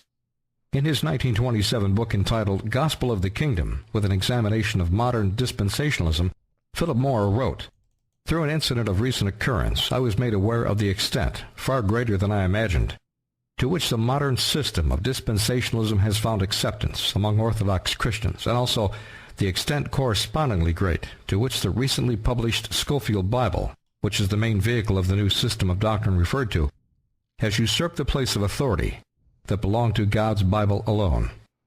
Philip Morrow... That's the problem, though. You can't say God's Bible is the authority when it's so open to interpretation on things. Tells us that he had been caught up himself in the evangelicalism or Christian Zionism of his day and learned about it from the inside. This has been the case with most of us who come to an understanding of Christian Zionism. The late Philip Morrow had been a source of encouragement to many critics of Judeo-Christianity who thought they were alone. Philip Morrow was a dedicated scholar with an engineer's logic and a lawyer's tenacity. That allowed him to foresee error in 1927 that Christian scholars are only beginning to acknowledge 80 years later. We, like Morrow, should also be profoundly sympathetic for those who are caught up in the error of Christian Zionism, dispensationalism, or Judeo-Christianity by any name, because they are among our families and best friends. Jesus' words require that we reclaim them back to traditional Christianity. So this looks like an old video. It looks like VHS quality, probably made in like the 90s. And they're still harping on the same thing. And what have we seen? More Christian Zionists in power in America. These failed Christian-controlled talking points are never going to work. Any name, because they are among our families and best friends. Jesus' words require that we reclaim them back to traditional Christianity. Dr. F. Furman Curley is another unsung Christian scholar who saw the path to war and the error of dispensationalism.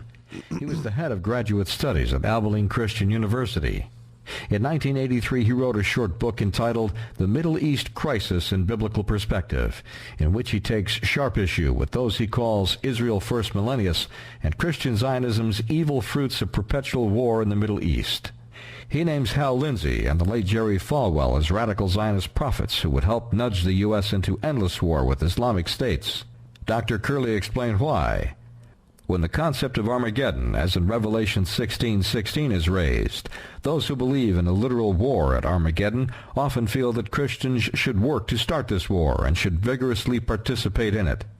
Those in particular who view this present situation as Armageddon believe that Christians should support Israel with vigor, and they urge our government to take an active part in the... None of this would be a problem at all if people didn't already believe in Revelation. If nobody believed in Bible prophecy, there would be no Zionist problem. Conflict in the Middle East. Curley saw Christian Zionist support for Israel's brutal occupation of Palestine as a precursor to more wars in the Middle East and concluded, one needs to be absolutely certain that the doctrine he follows is God's and not of men before he advocates a doctrine that would put the blood of other men on our hands. He explains the neo-Christian love affair with war as a religious fixation, stating, whereas Christians must pray for peace in the Middle East, Premillennialists must pray and work for World War III so Armageddon will come. They cannot pray for peace in the Middle East. If a follower of Christian Zionism will only examine the simple teachings of Jesus in the New Testament, he will find there is not a single passage or phrase that would give a follower of Christ the cause to take the life of another man or another man's wife or a child in a faraway country. So, what was that comment I saw there a second ago? Yeah, like a lot of good, Jack Stone 88, a lot of good these old videos and kosher talking points have done to stop what's transpired the last few decades, right?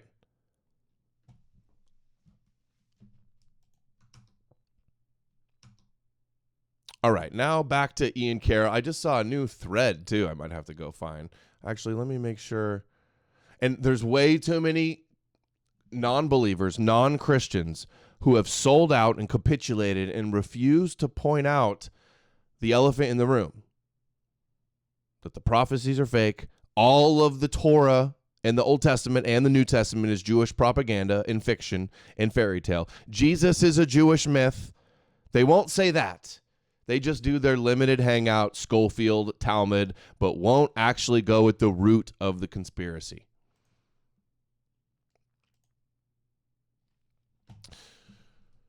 So now, we already covered Ian Carroll claiming that Donald Trump is he thinks Donald Trump is running a secret coup. He got the Scofield propaganda. We got the Donald Trump 4D chess talking point. And then we get the odd, what looks like product placement plug for Blackwater Eric Prince Freedom Phone, the unplugged phone that's literally developed by Israeli Unit 8200 with Council for National Policy, Blackwater Eric Prince. Next level. Around any of this shit, because I know it's being recorded. I know 100%. It can be listened to. Do you have a crazy phone or you use a regular No, it's just phone? an iPhone. Yeah. I'm aspiring to get one of those, like one of the Eric Prince phones or something like that. That's when you've reached the next level of conspiracy, when you get a de-Googled phone. And I don't around any of this shit. So are we supposed to believe that like this is an accident? He just accidentally plugged Eric Prince's phone that's running ads about how it's made in Israel on Rumble? Where is it? Alex Jones also shilling. Ian Carroll's going on InfoWars today to talk about Epstein. Alex Jones, Tucker Carlson, all promoting the Eric Prince Blackwater cell phone. So look at this now, okay? Eric Prince's unplugged phone, the co-founder, Michael Udelson, cybersecurity, former pilot in the IDF, Stein, infantry officer in the Israeli Defense Force, and Aaron Karpin, another co-founder, veteran of Unit 8200. What's the supposed conspiracy researcher superstar Ian Carroll doing on Joe Rogan, doing product placement for the Unit 8200 Israel phone? And it's interesting, Amazing Polly, who's been exposing in depth the wellness, what is it called? The Wellness Center? The Wellness something. Which is connected to Eric Prince as well. Look at what she just said recently about product placement in these on these podcasts. And you actually put in a eBay style bid on the ads. And this is just growing and changing and morphing and getting more subversive because they want to do it on live streams. They want live reads. Like, by the way, I'm just so thirsty. That is my favorite water. That's tap water from my city. It's amazing. So you see what I'm saying? And that would look normal to you. No matter what I said, if I just casually did it, you wouldn't know it's an ad. It's actually a paid for product placement. Live read. Because according to them, they've calculated the numbers, and live reads like that actually convert into more sales than, inserted ads. And the Wellness Company. Actually put in a... That's right, it is. The Wellness Company. Sponsoring all of the MAGA shills, all the MAGA Trump shills. And and then she shared the video, the clip I took. I know it's being recorded. I know 100%. It can be listened to. Do you have a crazy phone or you use a regular phone? No, it's just an iPhone. Yeah, I'm aspiring to get one of those, like one of the Eric Prince phones or something like that. That's but when like, you've reached. Oh yeah, you're gonna get the Unit 8200 Eric Prince phone. What, you didn't research the lore, the conspiracy lore into that one? Just an accidentally shilled the Unit 8200 phone? Your cell phone isn't just watching and listening to you. It's doing a lot more than that. And we're about to break down the secrets they hope you never learn. Well, we've been doing a study following our device, a Google Mobile Services phone, any Android running Google Mobile Services, which is... So, of course, the conspiracy guy that gets fast-tracked with InfoWars and then Joe Rogan and is doing 4D chess shit and then weird product placements, making excuses for all the kosher shit Trump does, like the takeover of Gaza. I've never seen... I'm not saying he's an agent, but every single box, I've never seen anybody seem like they glow harder than Ian Carroll. I mean, he is exposing some things. He is name-dropping some other... researchers, but I mean, talk about red flags. I've never seen everybody else that talks about these things gets banned and suppressed, and I'm not even just talking about myself. I'm talking about everybody else doesn't get the invites to talk on the big shows, doesn't get boosted by the TikTok and still allowed on YouTube, and doesn't get deplatformed everywhere.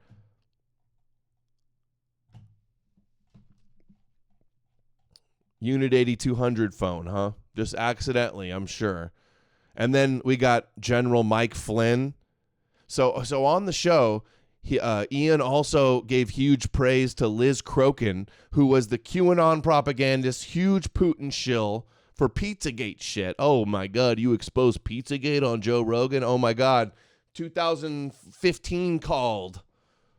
And once their kosher distraction conspiracy's back.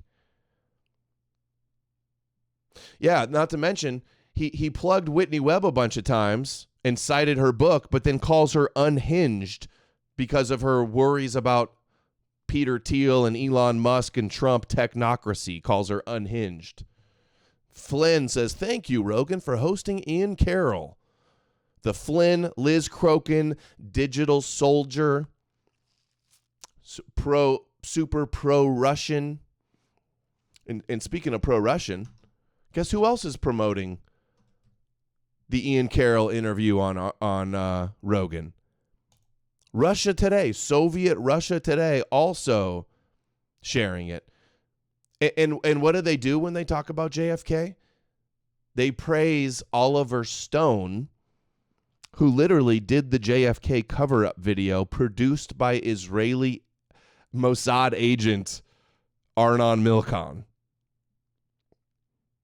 So he's promoting the Arnon Milchan narrative of JFK with Oliver Stone, who's also a huge Putin shill too.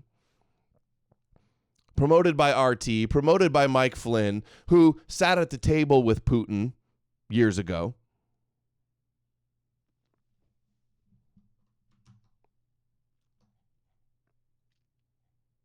Flynn, the digital soldier. By the way, Eric Prince and Mike Flynn, both members of the Council for National Policy, the influential right-wing group founded by Tim LaHaye, the rapture guy, the left behind guy, the ultra-Christian Zionist guy.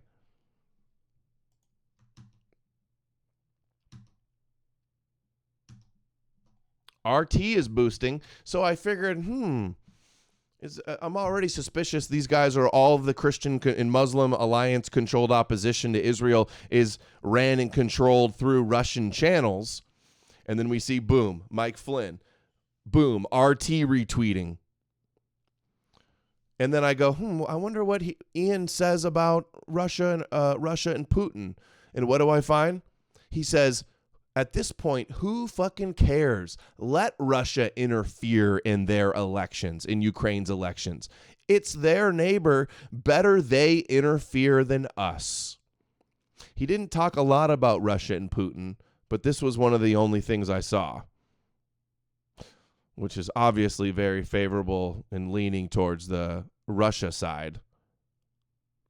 Show the Flynn, Mike Flynn and the Reawaken America tour and the QAnon digital soldiers bullshit and January 6 with Alex Jones and other CNP member Ali Akbar and Roger Stone.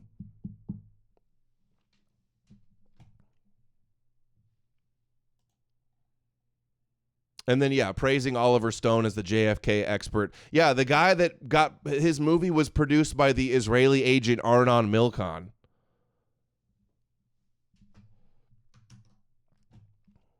By the way, sidetrack on Russia stuff right now. A lot of people realizing the anti-Western, anti-white rhetoric coming from the Kremlin. Martinez clips, who I'm trying to get back on the show to talk about Russia stuff soon. Sergei Lavrov says, I do not want to sound anti-European, but over the past 500 years, all tragedies in the world originated in Europe or occurred owing to European policies. So just total demonization of Europe and the West and Edom, like Dugin and Putin and Russia always does, the satanic antichrist evil West. Those evil royals and globalists, Alex Jones-esque type of shit. Reminds me, and mask off, by the way, Israel sides with Russia against the Ukraine in UN vote. Hear that again? Israel sides with Russia against Ukraine in the UN vote. All of the big Zionist MAGA people, all of the big Zionist Trump people are all for Russia, are all anti-Ukraine. All of the Zionists like Trump, look at the way Trump treats Putin and the way he treats Zelensky. The ultra-Zionists are on the side of Russia. Remember when Putin said it's America's fault? He doesn't blame Netanyahu and Israel and the Torah and Jewish supremacy and Zionism. No, he fires the top official in Russia that called out Chabad Lubavitch as a supremacist cult. He fired him right after that. And does Putin blame the Torah and Zionism? No, he blames America. Our politicians are brainwashed by Christianity and blackmailed by Epstein's and bought off by the lobbies, but he blames America. But what we're seeing not Israel today in Gaza, in response to the well-known terrorist attack in Israel, does not look like a war. It looks like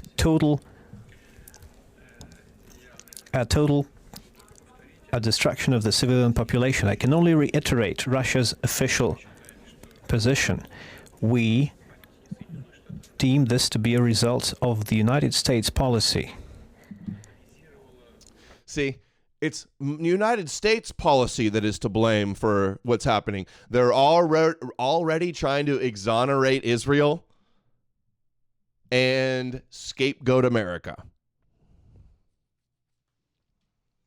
Okay? There's your based Putin for all the Putin shills out there. Oh, and the other headline, they always get invited. Netanyahu goes as a guest of honor in Putin's red parade in Red Square with the communist signs everywhere.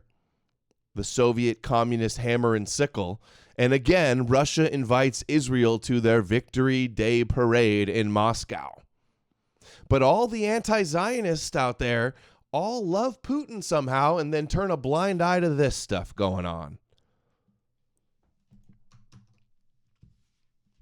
Also, a lot of people have been critical of Ian Carroll for his whitewashing of Elon and Peter Thiel and, the tech billionaire stuff around Trump. Ian Carroll says that Eric Weinstein, who was I'm not sure if he still is, but as of recently, he was the managing director of Thiel Capital, Eric Weinstein. Ian Carroll says he's a smart dude, and I like him. Eric Weinstein was highlighting this to me once. He was saying, "Smart dude, I like very him." smart dude. Yeah. And he wasn't making any accusations at all, but he was just talking overall. Smart dude, I like very him. smart thing. Smart dude, I like very him. smart dude. Yeah. Smart dude, I like him. You mean the managing director of Teal Capital, the intellectual dork web leader? Eric Weinstein, he is an idiot. He's well known for some like theory he's got that is just like widely regarded as kooky nonsense. Managing director of Teal Capital. And what a coincidence. Again, I mean, product placement for Unit 8200 Eric Prince Blackwater phones. Nonsense Q-tier theories about Trump running a secret coup against Netanyahu. Praising the Arnon Milchan, Oliver Stone, JFK narrative. He was always a huge shill for RFK, the Shmuley Boteok's buddy, and flying on Epstein's plane, and now announcing first order of business, the health crisis, the mental health crisis of anti-Semitism. Yeah, the Eric Weinstein guy who tried to say that Epstein could be China or Russia or Iran was behind Epstein. Russia, I'll entertain, maybe. Saudi Arabia, maybe, but let's get real. Iran, you're going to say he's not a Mossad agent, he's an Iran agent? Is that where we're going, Mr. Eric Weinstein? And then the best one, Ian Carroll says, "Oh yeah, smart dude, I like him." Let's hear the type of things that Eric Weinstein says on Joe Rogan. When you say, like, somebody, not you, but somebody says, well, the Jews consider themselves the chosen people. Do you know why we're chosen? We view ourselves as chosen, not because we're the best of them, because we're responsible. We believe that we are responsible for this planet, and we Jews, Edward Teller and Stanislav Ulon, both Jews, unleashed the power of the sun on the planet, which is dooming us to a very bad end. And I believe that we are chosen in the sense that it is our responsibility, not our privilege, not our this, not our that, not that we're on top, but it's our responsibility to shepherd the birth of the human race. Jews are chosen and have the responsibility to shepherd the human race. That's the guy that Ian Carroll just went to bat for. Oh, smart dude, I like him. So, come on. He's on there defending Alex Jones. Oh, they attack in the first 5 minutes. They attack David Icke and call him a grifter. But then he goes, oh, Alex Jones, he's not a gatekeeper. He's not a shill. And then praise Eric Weinstein, Eric Prince's phone. Trump's playing 4D chess against Netanyahu. Eric Weinstein's a smart dude. Yeah, so-called secular Jew, by the way, saying this type of shit. Very bad end. And I believe that we are chosen in the sense that it is our responsibility, not our privilege, not our... See, nobody believed the mainstream media anymore. So, and it's easier for them to buy off people in the alternative media for way less money. They don't need the $1 million studios. And the mainstream alternative media gatekeepers. And remember, it was like the New York Times said, like, oh, the new right wing, the intellectual dark web. And it was like Jordan Peterson and Ben Shapiro and Weinstein and Joe Rogan. Yeah, mainstream alternative media has become the mainstream media. And it seems like all of them are controlled by Israel, Russia, or both. It's different conduits from both sides, full spectrum dominance. And none of them will question the Jewish religion that has dominated. This, not of that, not that we're on top. But it's our responsibility to shepherd the birth of the human race. And honestly, just a little bit of the benefit of the doubt. Maybe Ian doesn't know. Ian is very new. He's very new to the game, it appears. Maybe he just doesn't know the lore and the history with all these people. Maybe he's just ignorant of some of these rabbit holes. Or maybe he's completely astroturf and boosted and where's this one? And it's a how's it going, fellow influencers type of situation. I mean, it's like all the red flags for a plant, if you ask me.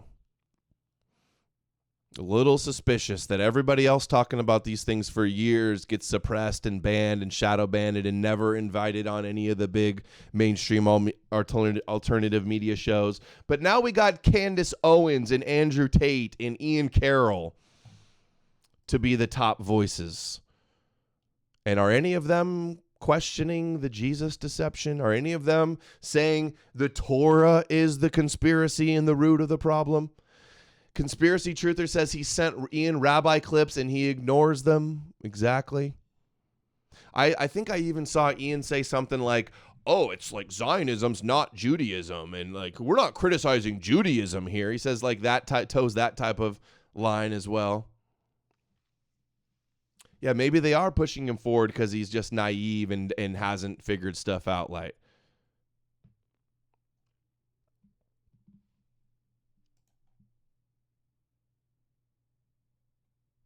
Jeremy says, this woman whose books I repeated while limiting more immediately important scope of her work and calling her unhinged, like Israeli, and coincidentally, Weinstein has been on Twitter attacking Whitney too about her Peter Thiel and technocracy material. Yeah, Judaism good, Zionism bad type of vibes. Yeah, nothing wrong with Judaism or Christianity. It's just Scofield and Talmud. I mean, it's not like I'm just like jealous and hate this guy or suspicious and I'm making stuff up. He's just doing all of the things that I've already been exposing for years. Alt media is mainstream light, right? And I'm not the only one. Like everybody's been on this guy's case from the beginning.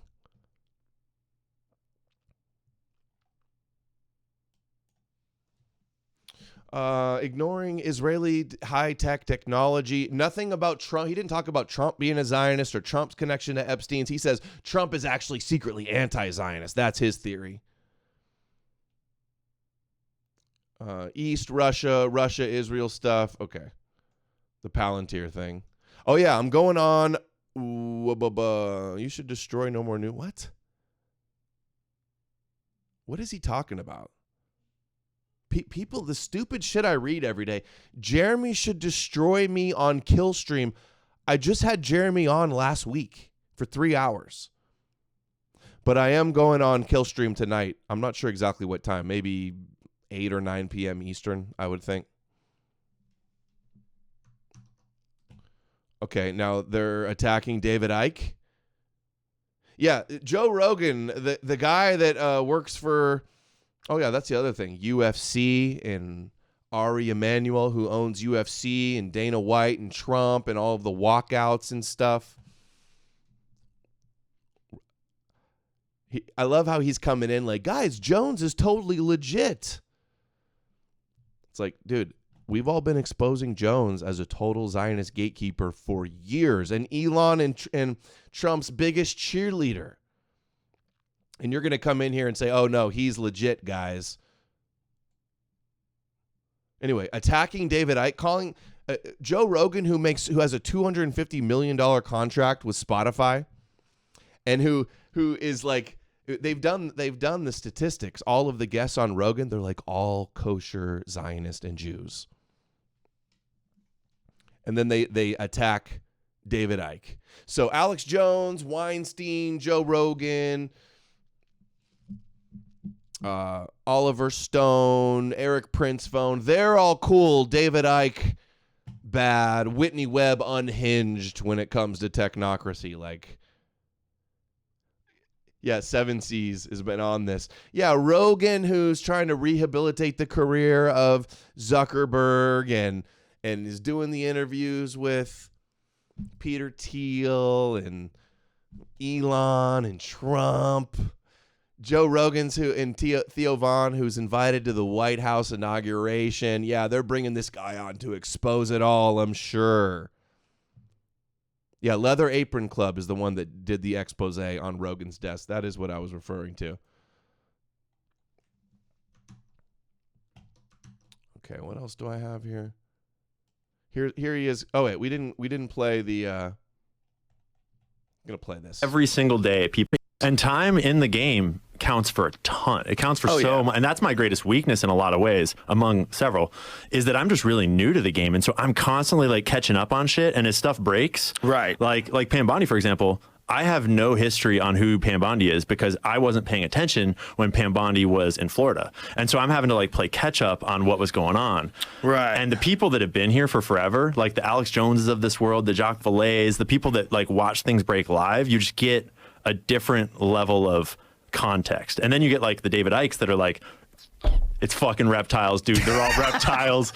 David, have you seen David Icke coming after me on Twitter recently? He came after me dude, too. It's so good. I love him. Make fun of the reptile thing, and it's like, why won't you have me on? I genuinely really appreciate it. It's like a good time.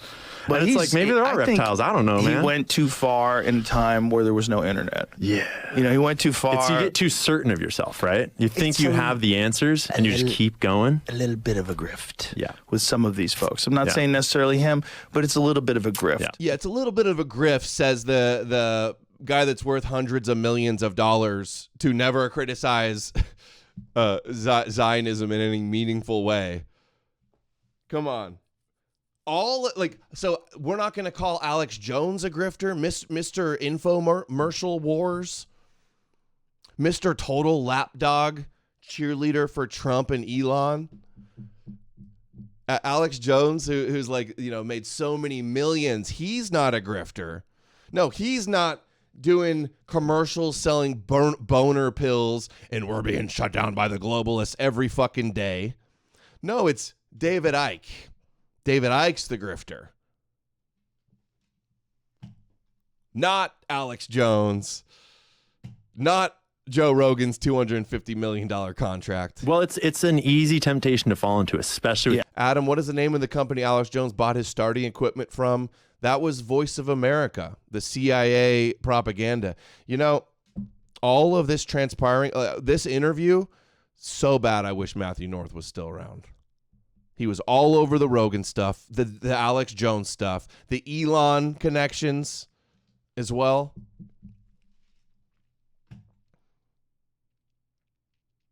And it's just all coming to fruition. Like he's so vindicated on so much of that. The internet, like every single day, people in my position, I mean, people in your position too, like we have the ability to just like, I'm going to get views and money if I drop deep down this grift. But a lot of them are not, like a lot of them, when you look into them, you realize, oh, there's like literally nothing there. Oh, there's literally nothing there yet. Says the guy that blew up on TikTok talking about basic bitch nothing stuff. They were connected. Yeah, Tucker Carlson's dad was in charge of Voice of America. And Alex Jones at InfoWars bought all of the radio equipment when he got his start. Dude, Alex Jones, like Matthew North. I did the videos with Matthew North. All these clips of Jones saying he works with the military and Special Operations Command. And the military asked Trump and Flynn and these other generals, McChrystal and Boykin and stuff. Henrik is even making fun of him. Yeah. Everybody can see this. All of the old heads and OGs that have been in the game, it's just like the red flags are going off big time.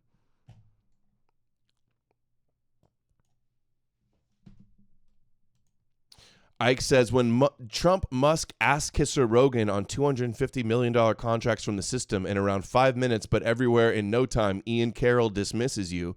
It's confirmation that you are over the target. And Ian keeps trying to frame this as if Ike hates him.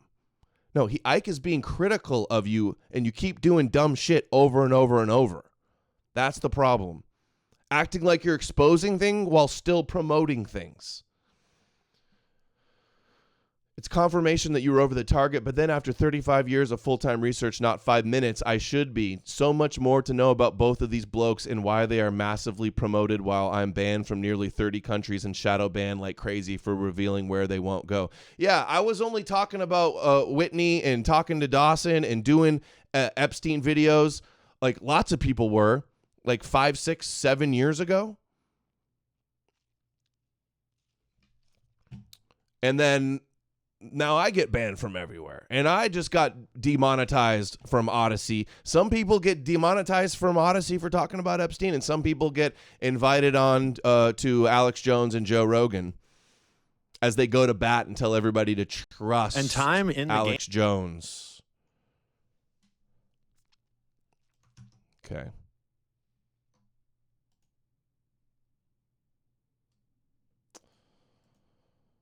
Okay, where is it? What was I was going to show? Okay, here he is talking about. So Trump, check this out. So Trump, check this out. And I'm not claiming that Trump is in on everything. It's a very complex thing here, but Trump's history is pretty weird. He bought the Plaza Hotel, which is where the Blue Suite parties that blackmailed J. Edgar Hoover happened. You remember? Do you know about those? No. What year was that? Oh, dude. So J. Edgar Hoover, the founder of the FBI. This is where I thought I was starting this fucking job to talk about GameStop and to talk about like the financial markets and shit. And then I realized how important intelligence agencies and organized crime are to how the world works. And I just got deeper and deeper and deeper and deeper into like, I don't want to what's the miss out on history? some of the Epstein stuff. Oh, Should we come back to that? Well, we'll get there. This is all connected. Oh, it's all connected. Okay. I could talk about the Epstein stuff for fucking days and start all kinds of trouble for your podcast and shit. But, well, I think that trouble's supposed to be coming out publicly. I don't think it's gonna. Wasn't there? So the It's not gonna FBI in come New out. York guy had to step down, right? Yeah. They were saying they're withholding files. Yeah. So the Pam Bondi's office said that they just got thousands of files. Allegedly. Yeah, we'll see what happens. We'll see what happens. I've been saying that I'm like Charlie Brown with Lucy in the football. Yeah. You know, when she pulls the football away every time he thinks he's going to get to kick it and he goes falling on his ass. Yeah. That's how like, it feels. You haven't read Whitney Webb's books, have you? No. You really should. I've watched a lot of her stuff online, though. So the thing about her stuff online is that she comes off as way more unhinged because now she's very smart. She's very smart and she's on it. But she's now very concerned, rightly so, about this. Why has she not been invited on Rogan? But she has been invited on. Is it Patrick Bet David and Glenn Beck? And I think another big one too. Sort of technocratic nature of what might be to come. But her research on Hear that? She sounds unhinged about technocracy. She's unhinged when she's criticizing Peter Thiel and Elon Musk and Trump. Is that what we were getting at? You haven't read Whitney Webb's books, have you? No. You really should. I've watched a lot of her stuff online, though. So the thing about her stuff online is that she comes off as way more unhinged because now she's very comes off as way more unhinged. I wonder what Whitney thinks about that. It's weird. He like name dropped her 10 times, plugged her book several times, but then he says she comes off as unhinged.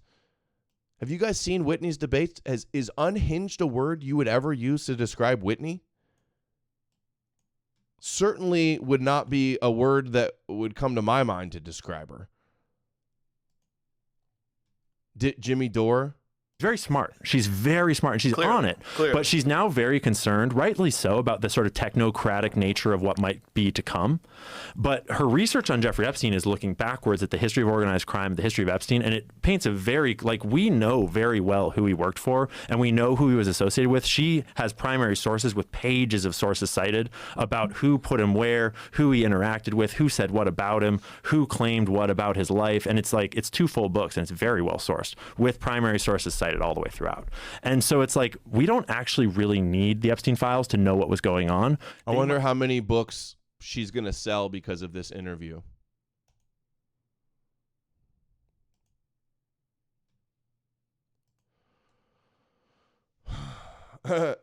Amazing Polly says, which is funny because I had a beef with Polly back years ago when Polly was like promoting Q shit. She attacked Whitney and then blocked me because I was arguing with her. But then she came back with a new account. She seems way more on it. Saying that Whitney is unhinged is unhinged. I know. It's wild that he would say that. And she says, Whitney Webb comes off as unhinged about technocracy. Ian is a rat. I have a feeling that he's going to apologize and say he shouldn't have said that. He doesn't think that. I have a feeling.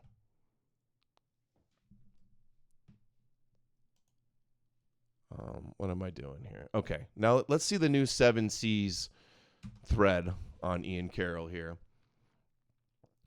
In January 2024, Michael Flynn reposts one of Ian Carroll's videos. That's right. I wanted to play the Flynn video.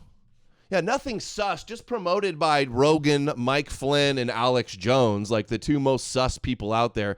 I don't know, getting boosted by Mike Flynn and his Kim Clement, Zionist shill, prophecy, reawaken America tour. I don't know, Flynn who goes and works for pro-Israel lobbyists. I don't know, Flynn who says that Israel's God's chosen people. God actually didn't choose America. God chose Israel. America chose God. God chose Israel. But Flynn promoting this guy, just a major red flag. Totally not sus.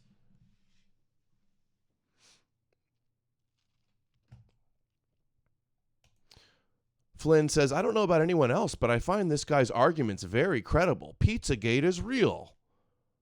They're still taking us back to Pizzagate shit, huh? Like I said, every kosher conspiracy out there, but never questioning the overarching biggest conspiracy, the Bible.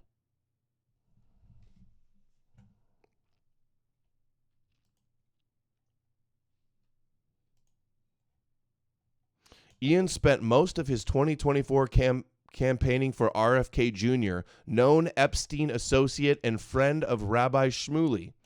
See, confirm RFK now so he can get in and announce his mental health crisis for anti-Semitism. Like, imagine pretending to be the anti-Zionist guy, but then running damage control for RFK and Trump while still simultaneously supporting him. And that's Kennedy's. So how do you get all of the skeptical conspiracy people online to get back in line and corralled back into supporting RFK and Trump and empowering the Zionists with guys like this and rhetoric like this, who will cover some of the shit that everybody already knows to gain legitimacy, but then to redirect you back in with the Scofield and the 3D, the 4D chess shit.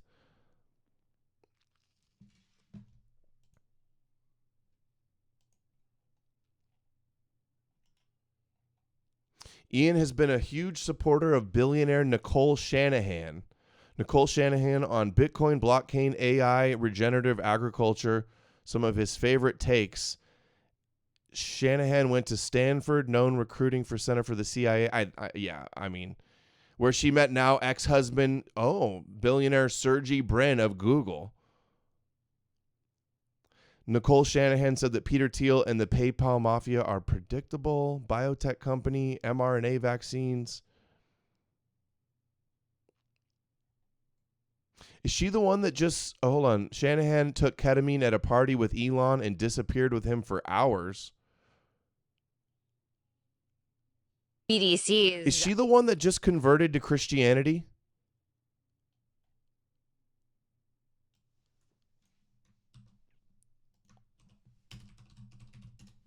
Who was it that just yeah. She just converted to Christianity. She's a Jew for Jesus. Hold on. I'll find it. She just tweeted it. It was news the other day. This is RFK's wife?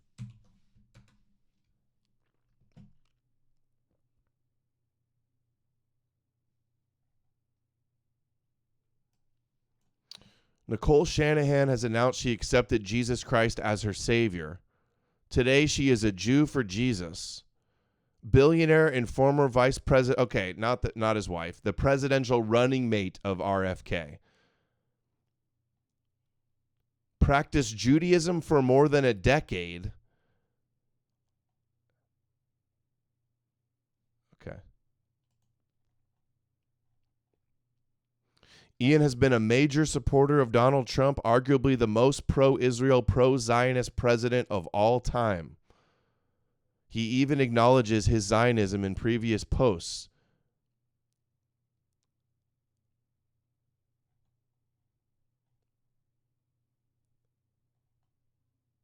Ian runs a podcast with two friends, Kyle Kemper, Justin Trudeau's half-brother, and Dustin Stockton, known MAGA grifters. Ian has publicly supported various other pro-Zionist, pro-Israel, AIPAC-funded members of Trump's cabinet like Kash Patel, whose girlfriend works for PragerU.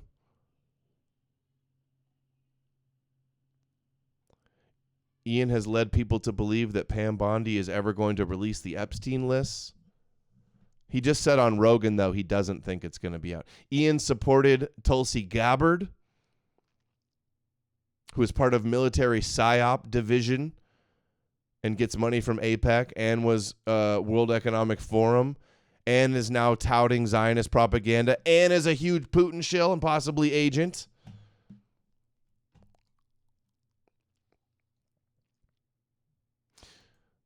He never covers Peter Thiel, technocracy, transhumanism, covers the obvious ties and corruption in the Trump administration. He claims he covered Peter Thiel multiple times, which is a lie. He spoke about Peter Thiel one time, buried in hours-long saloon of Carbine 9/11.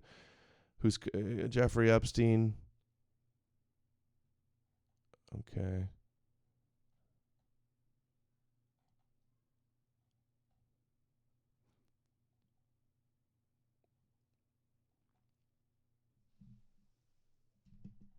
Okay. Interesting. They're going to post, let's see, we're 2 hours, 17 minutes. I'm going to save this, the lie that Jews worship Satan and how that's a controlled opposition talking point. I'm going to cover that. We're going to do the Jesus cartoon. Look, get a load of this new Jesus cartoon. Okay. Where is it? Here.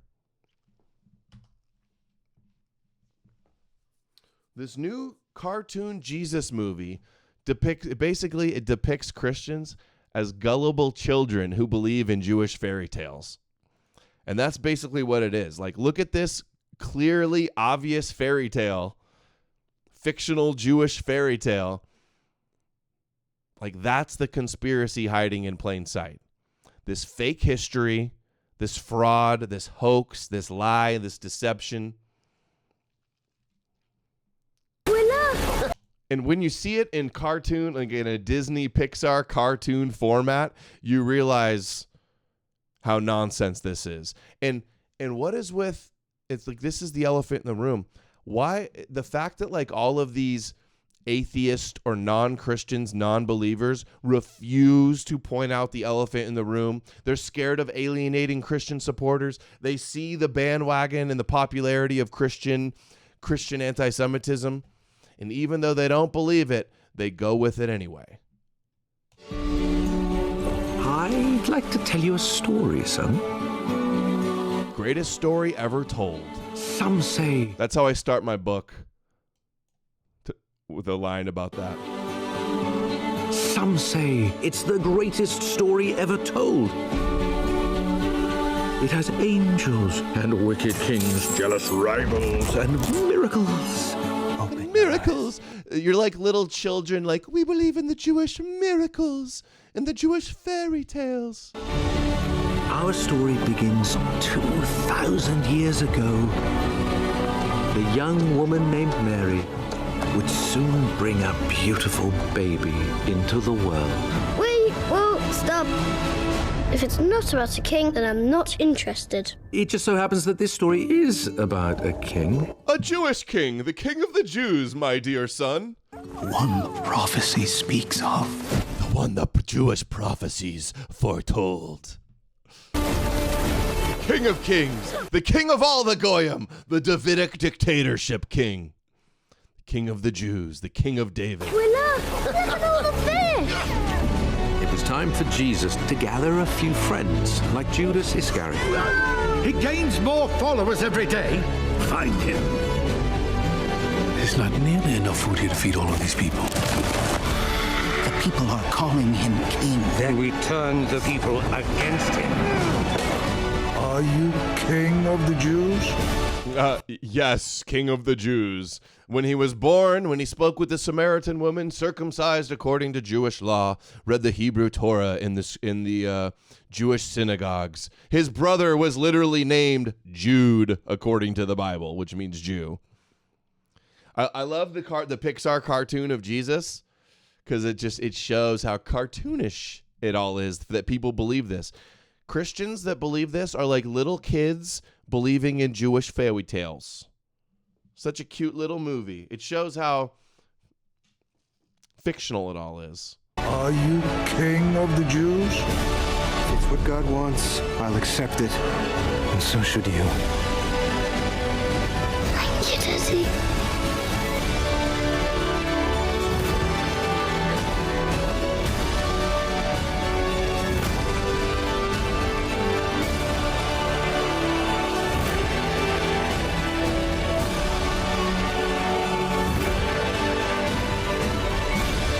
Jesus still had... Yeah, right. All of this is made by Angel Films, the one that just did Bonhoeffer. How they're glorifying the Christian who condemned the Nazis. That was their last movie. Now they got this one. All the Christian anti-Semites will love this one, right? Despite that the fact that it's made by ultra-Zionists, they'll still love this. And they'll be like, there's nothing they hate more. They just keep pumping you Jesus propaganda nonstop. Lessons to teach us. Look! Don't be afraid. It totally happened. You really are the true king of kings. The true king. The king over all the goyim. It's time.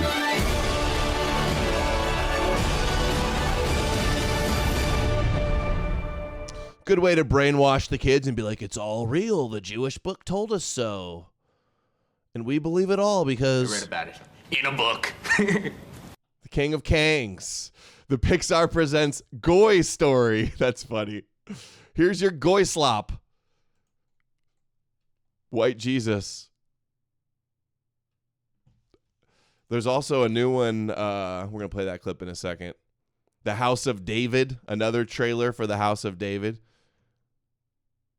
But let's do this. See Through It All wanted me to share this one. Zero tolerance level for Christianity at this point.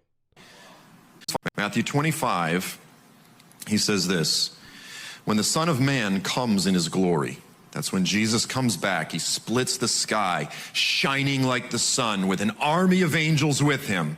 When he comes back, he's describing his own return, then he will sit on your throne forever. But let's just call it what it is. It's the restoration of the Jewish monarchy that will rule over the earth. So you get all these... Yeah, let's just be honest, guys. The Jewish monarchy, the king of the Jews ruling over the earth. Every knee will bow to the Davidic dictatorship as prophesied in the Torah to conquer all of the nations, all of the goyim. That's what the Christians are all about. Conspiracy theorists, they go, the Jews rule the world. You go, no, they don't. But someday a Jew will rule the world. He's still Jewish. He's coming back as a Jew in a physical Jewish body.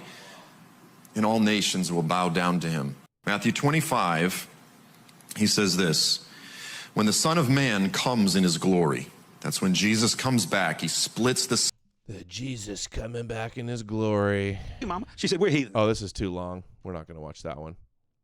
And I think I'm going to save this for the satanic thing, the satanic ops, Jewish boogeyman ops. Okay, let's do the... Should we do the Bonhoeffer clip? Thank you, Bag Z. Thank you, Bag Z, for the support. Thank you for all the content, Adam. You opened my eyes so much. You're one of the only hopes left for alternative media. Thank you. It means a lot. Sadly true. Sadly very true. Brother BD, thank you for the Cash App. I'll have to bring that for next time. Zionist Cuck says, Jones loves Jews as well, so much that he started effing trannies for Jesus. True, very true. Ian is on too much Adderall? No, he doesn't seem like he's on Adderall.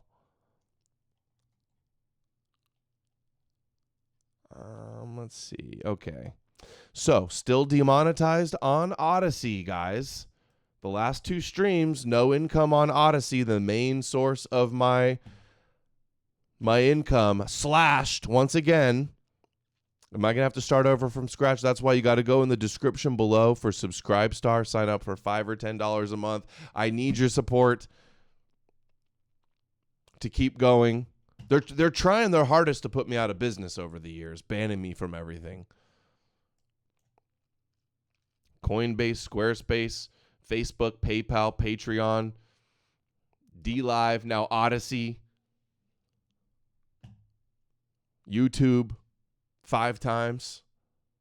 I got a P.O. box below as well if you guys want to send support in the mail. Or Subscribestar really is the best way. I'm going to copy that link and drop it in there right now. It's very depressing getting banned all of these times. And then after getting banned and deplatformed everywhere, having all the Christians and bots and frauds online that constantly slander and defame and make up bullshit about me.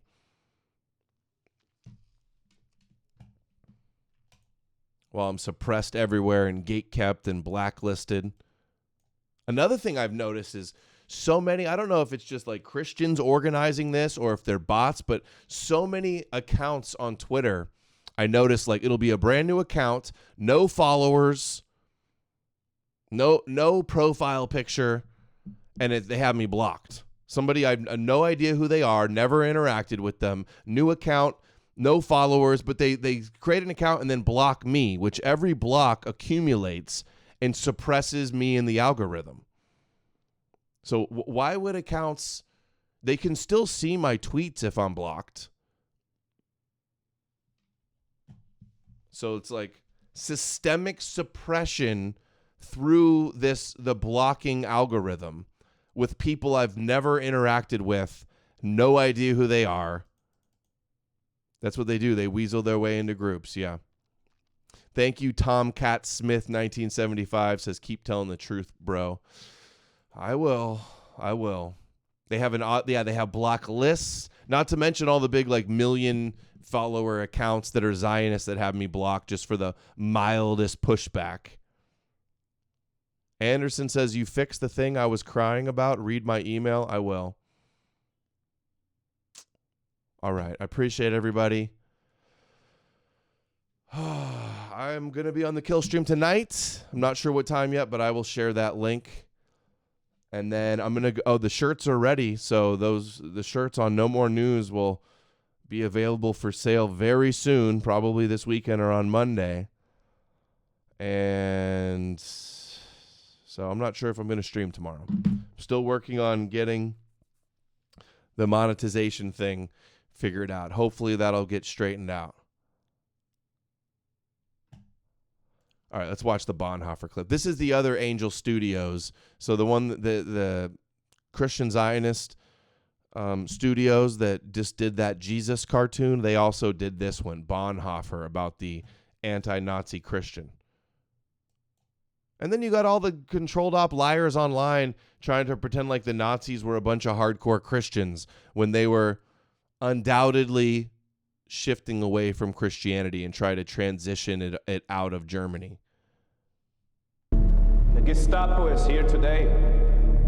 Make sure you welcome them. Hand them a hymnal. Or maybe they only know how to sing their own. Hey, Big Mama. Sorry to interrupt, guys. Thank you, Big Mama. With 50 says, I'll be watching you on Killstream too. Love you, man. Thank you, Big Mama. Means a lot. Losing the Odysee thing, even just for a couple streams, hurts a lot. It's been a real struggle. Well, knowing, it's like the more gatekeeper they are, the more disinfo they push, the more kosher their talking points, the more popular and the more big interviews they get, and the more the algorithm supports them. The people that actually got the truth, they're the ones that are going to be deplatformed and banned and struggling and not getting the big interviews and getting debanked and being slandered all over the internet with Hasbara Unit 8200 slander campaigns. Maybe they only know how to sing their own songs now. Indeed, our friends in uniform, our fellow worshippers, just not of the same God. For years they have been saying now that this country is infested And I finally agree. But this infestation comes from within, and not by the Jews, who are our spiritual brothers and to whom we owe an unpayable debt, but by those who claim a higher office than the Lord Jesus Christ himself. Oh man, dude, mic drop on the Germans. Did you hear that? The Christian says the problem is not the Jews. They're our spiritual brothers. The problem is these pagans. That, but by those who claim a higher office than the Lord Jesus Christ himself. They're not putting Rabbi Yeshua first. How dare them? Look at me. Have the courage to look at me. Go tell your Führer that he's not bigger than God. And for daring to claim his throne, there awaits a punishment beyond his understanding.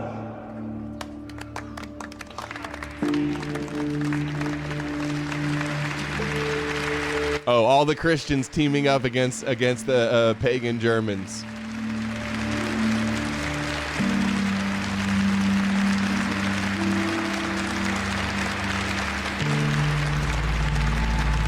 And then you got all these guys online, a disinfo post about Jesus being white and Aryan based on this well-known forgery, 20,000 likes.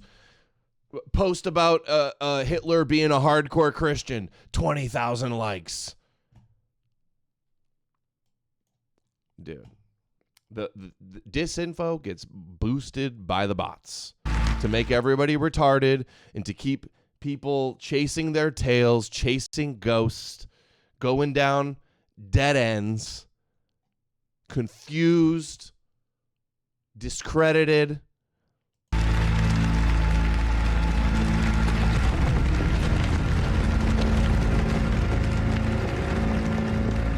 This is not your house.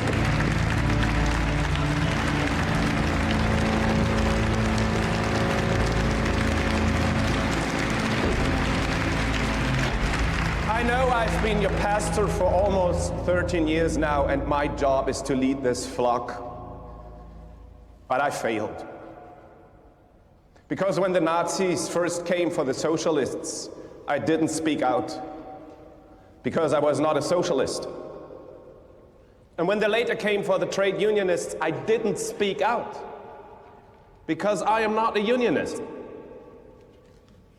And then they came for the Jews. And I didn't speak out. Not soon enough than the Lord Jesus Christ, his brothers, and not by the Jews. But this infestation comes from within, and not by the Jews, who are our spiritual brothers, and to whom we owe an unpayable debt. An unpayable debt, and we must repent for our anti-Semitism in history. Then everybody claps, yeah. There you go. There you go. Shilling the Jesus. Ah, dude, it's such a mess. I feel so cooked. Day in and day out, I'm black-pilled and discouraged and feel like I'm taking crazy pills because of all the disinfo and all the gatekeeping and all of the kosher goy slop and all of the brainwashed Christians and Muslims and their controlled op nonsense. And then all the lies and slander, and then to get demonetized and have your main source of income get ripped away from you for like the 10th time, and nobody cares. Really sucks. Really sucks. We're cooked. So that is all we have for today. I do appreciate the support, you guys. Without you guys, it would be a lot worse. So please sign up for the subscribe star below, link below. I really need your support, and I will see you guys tonight on the kill stream. Let me know what you think in the comments. Appreciate everybody doing the clips and the compilations and sharing and thumbs up and subscribing. And I will see you guys again very soon. Have a nice night. I'm not going to be back tomorrow, most likely, so have a nice weekend as well. And I'll be back. I'll be back very soon. Take care.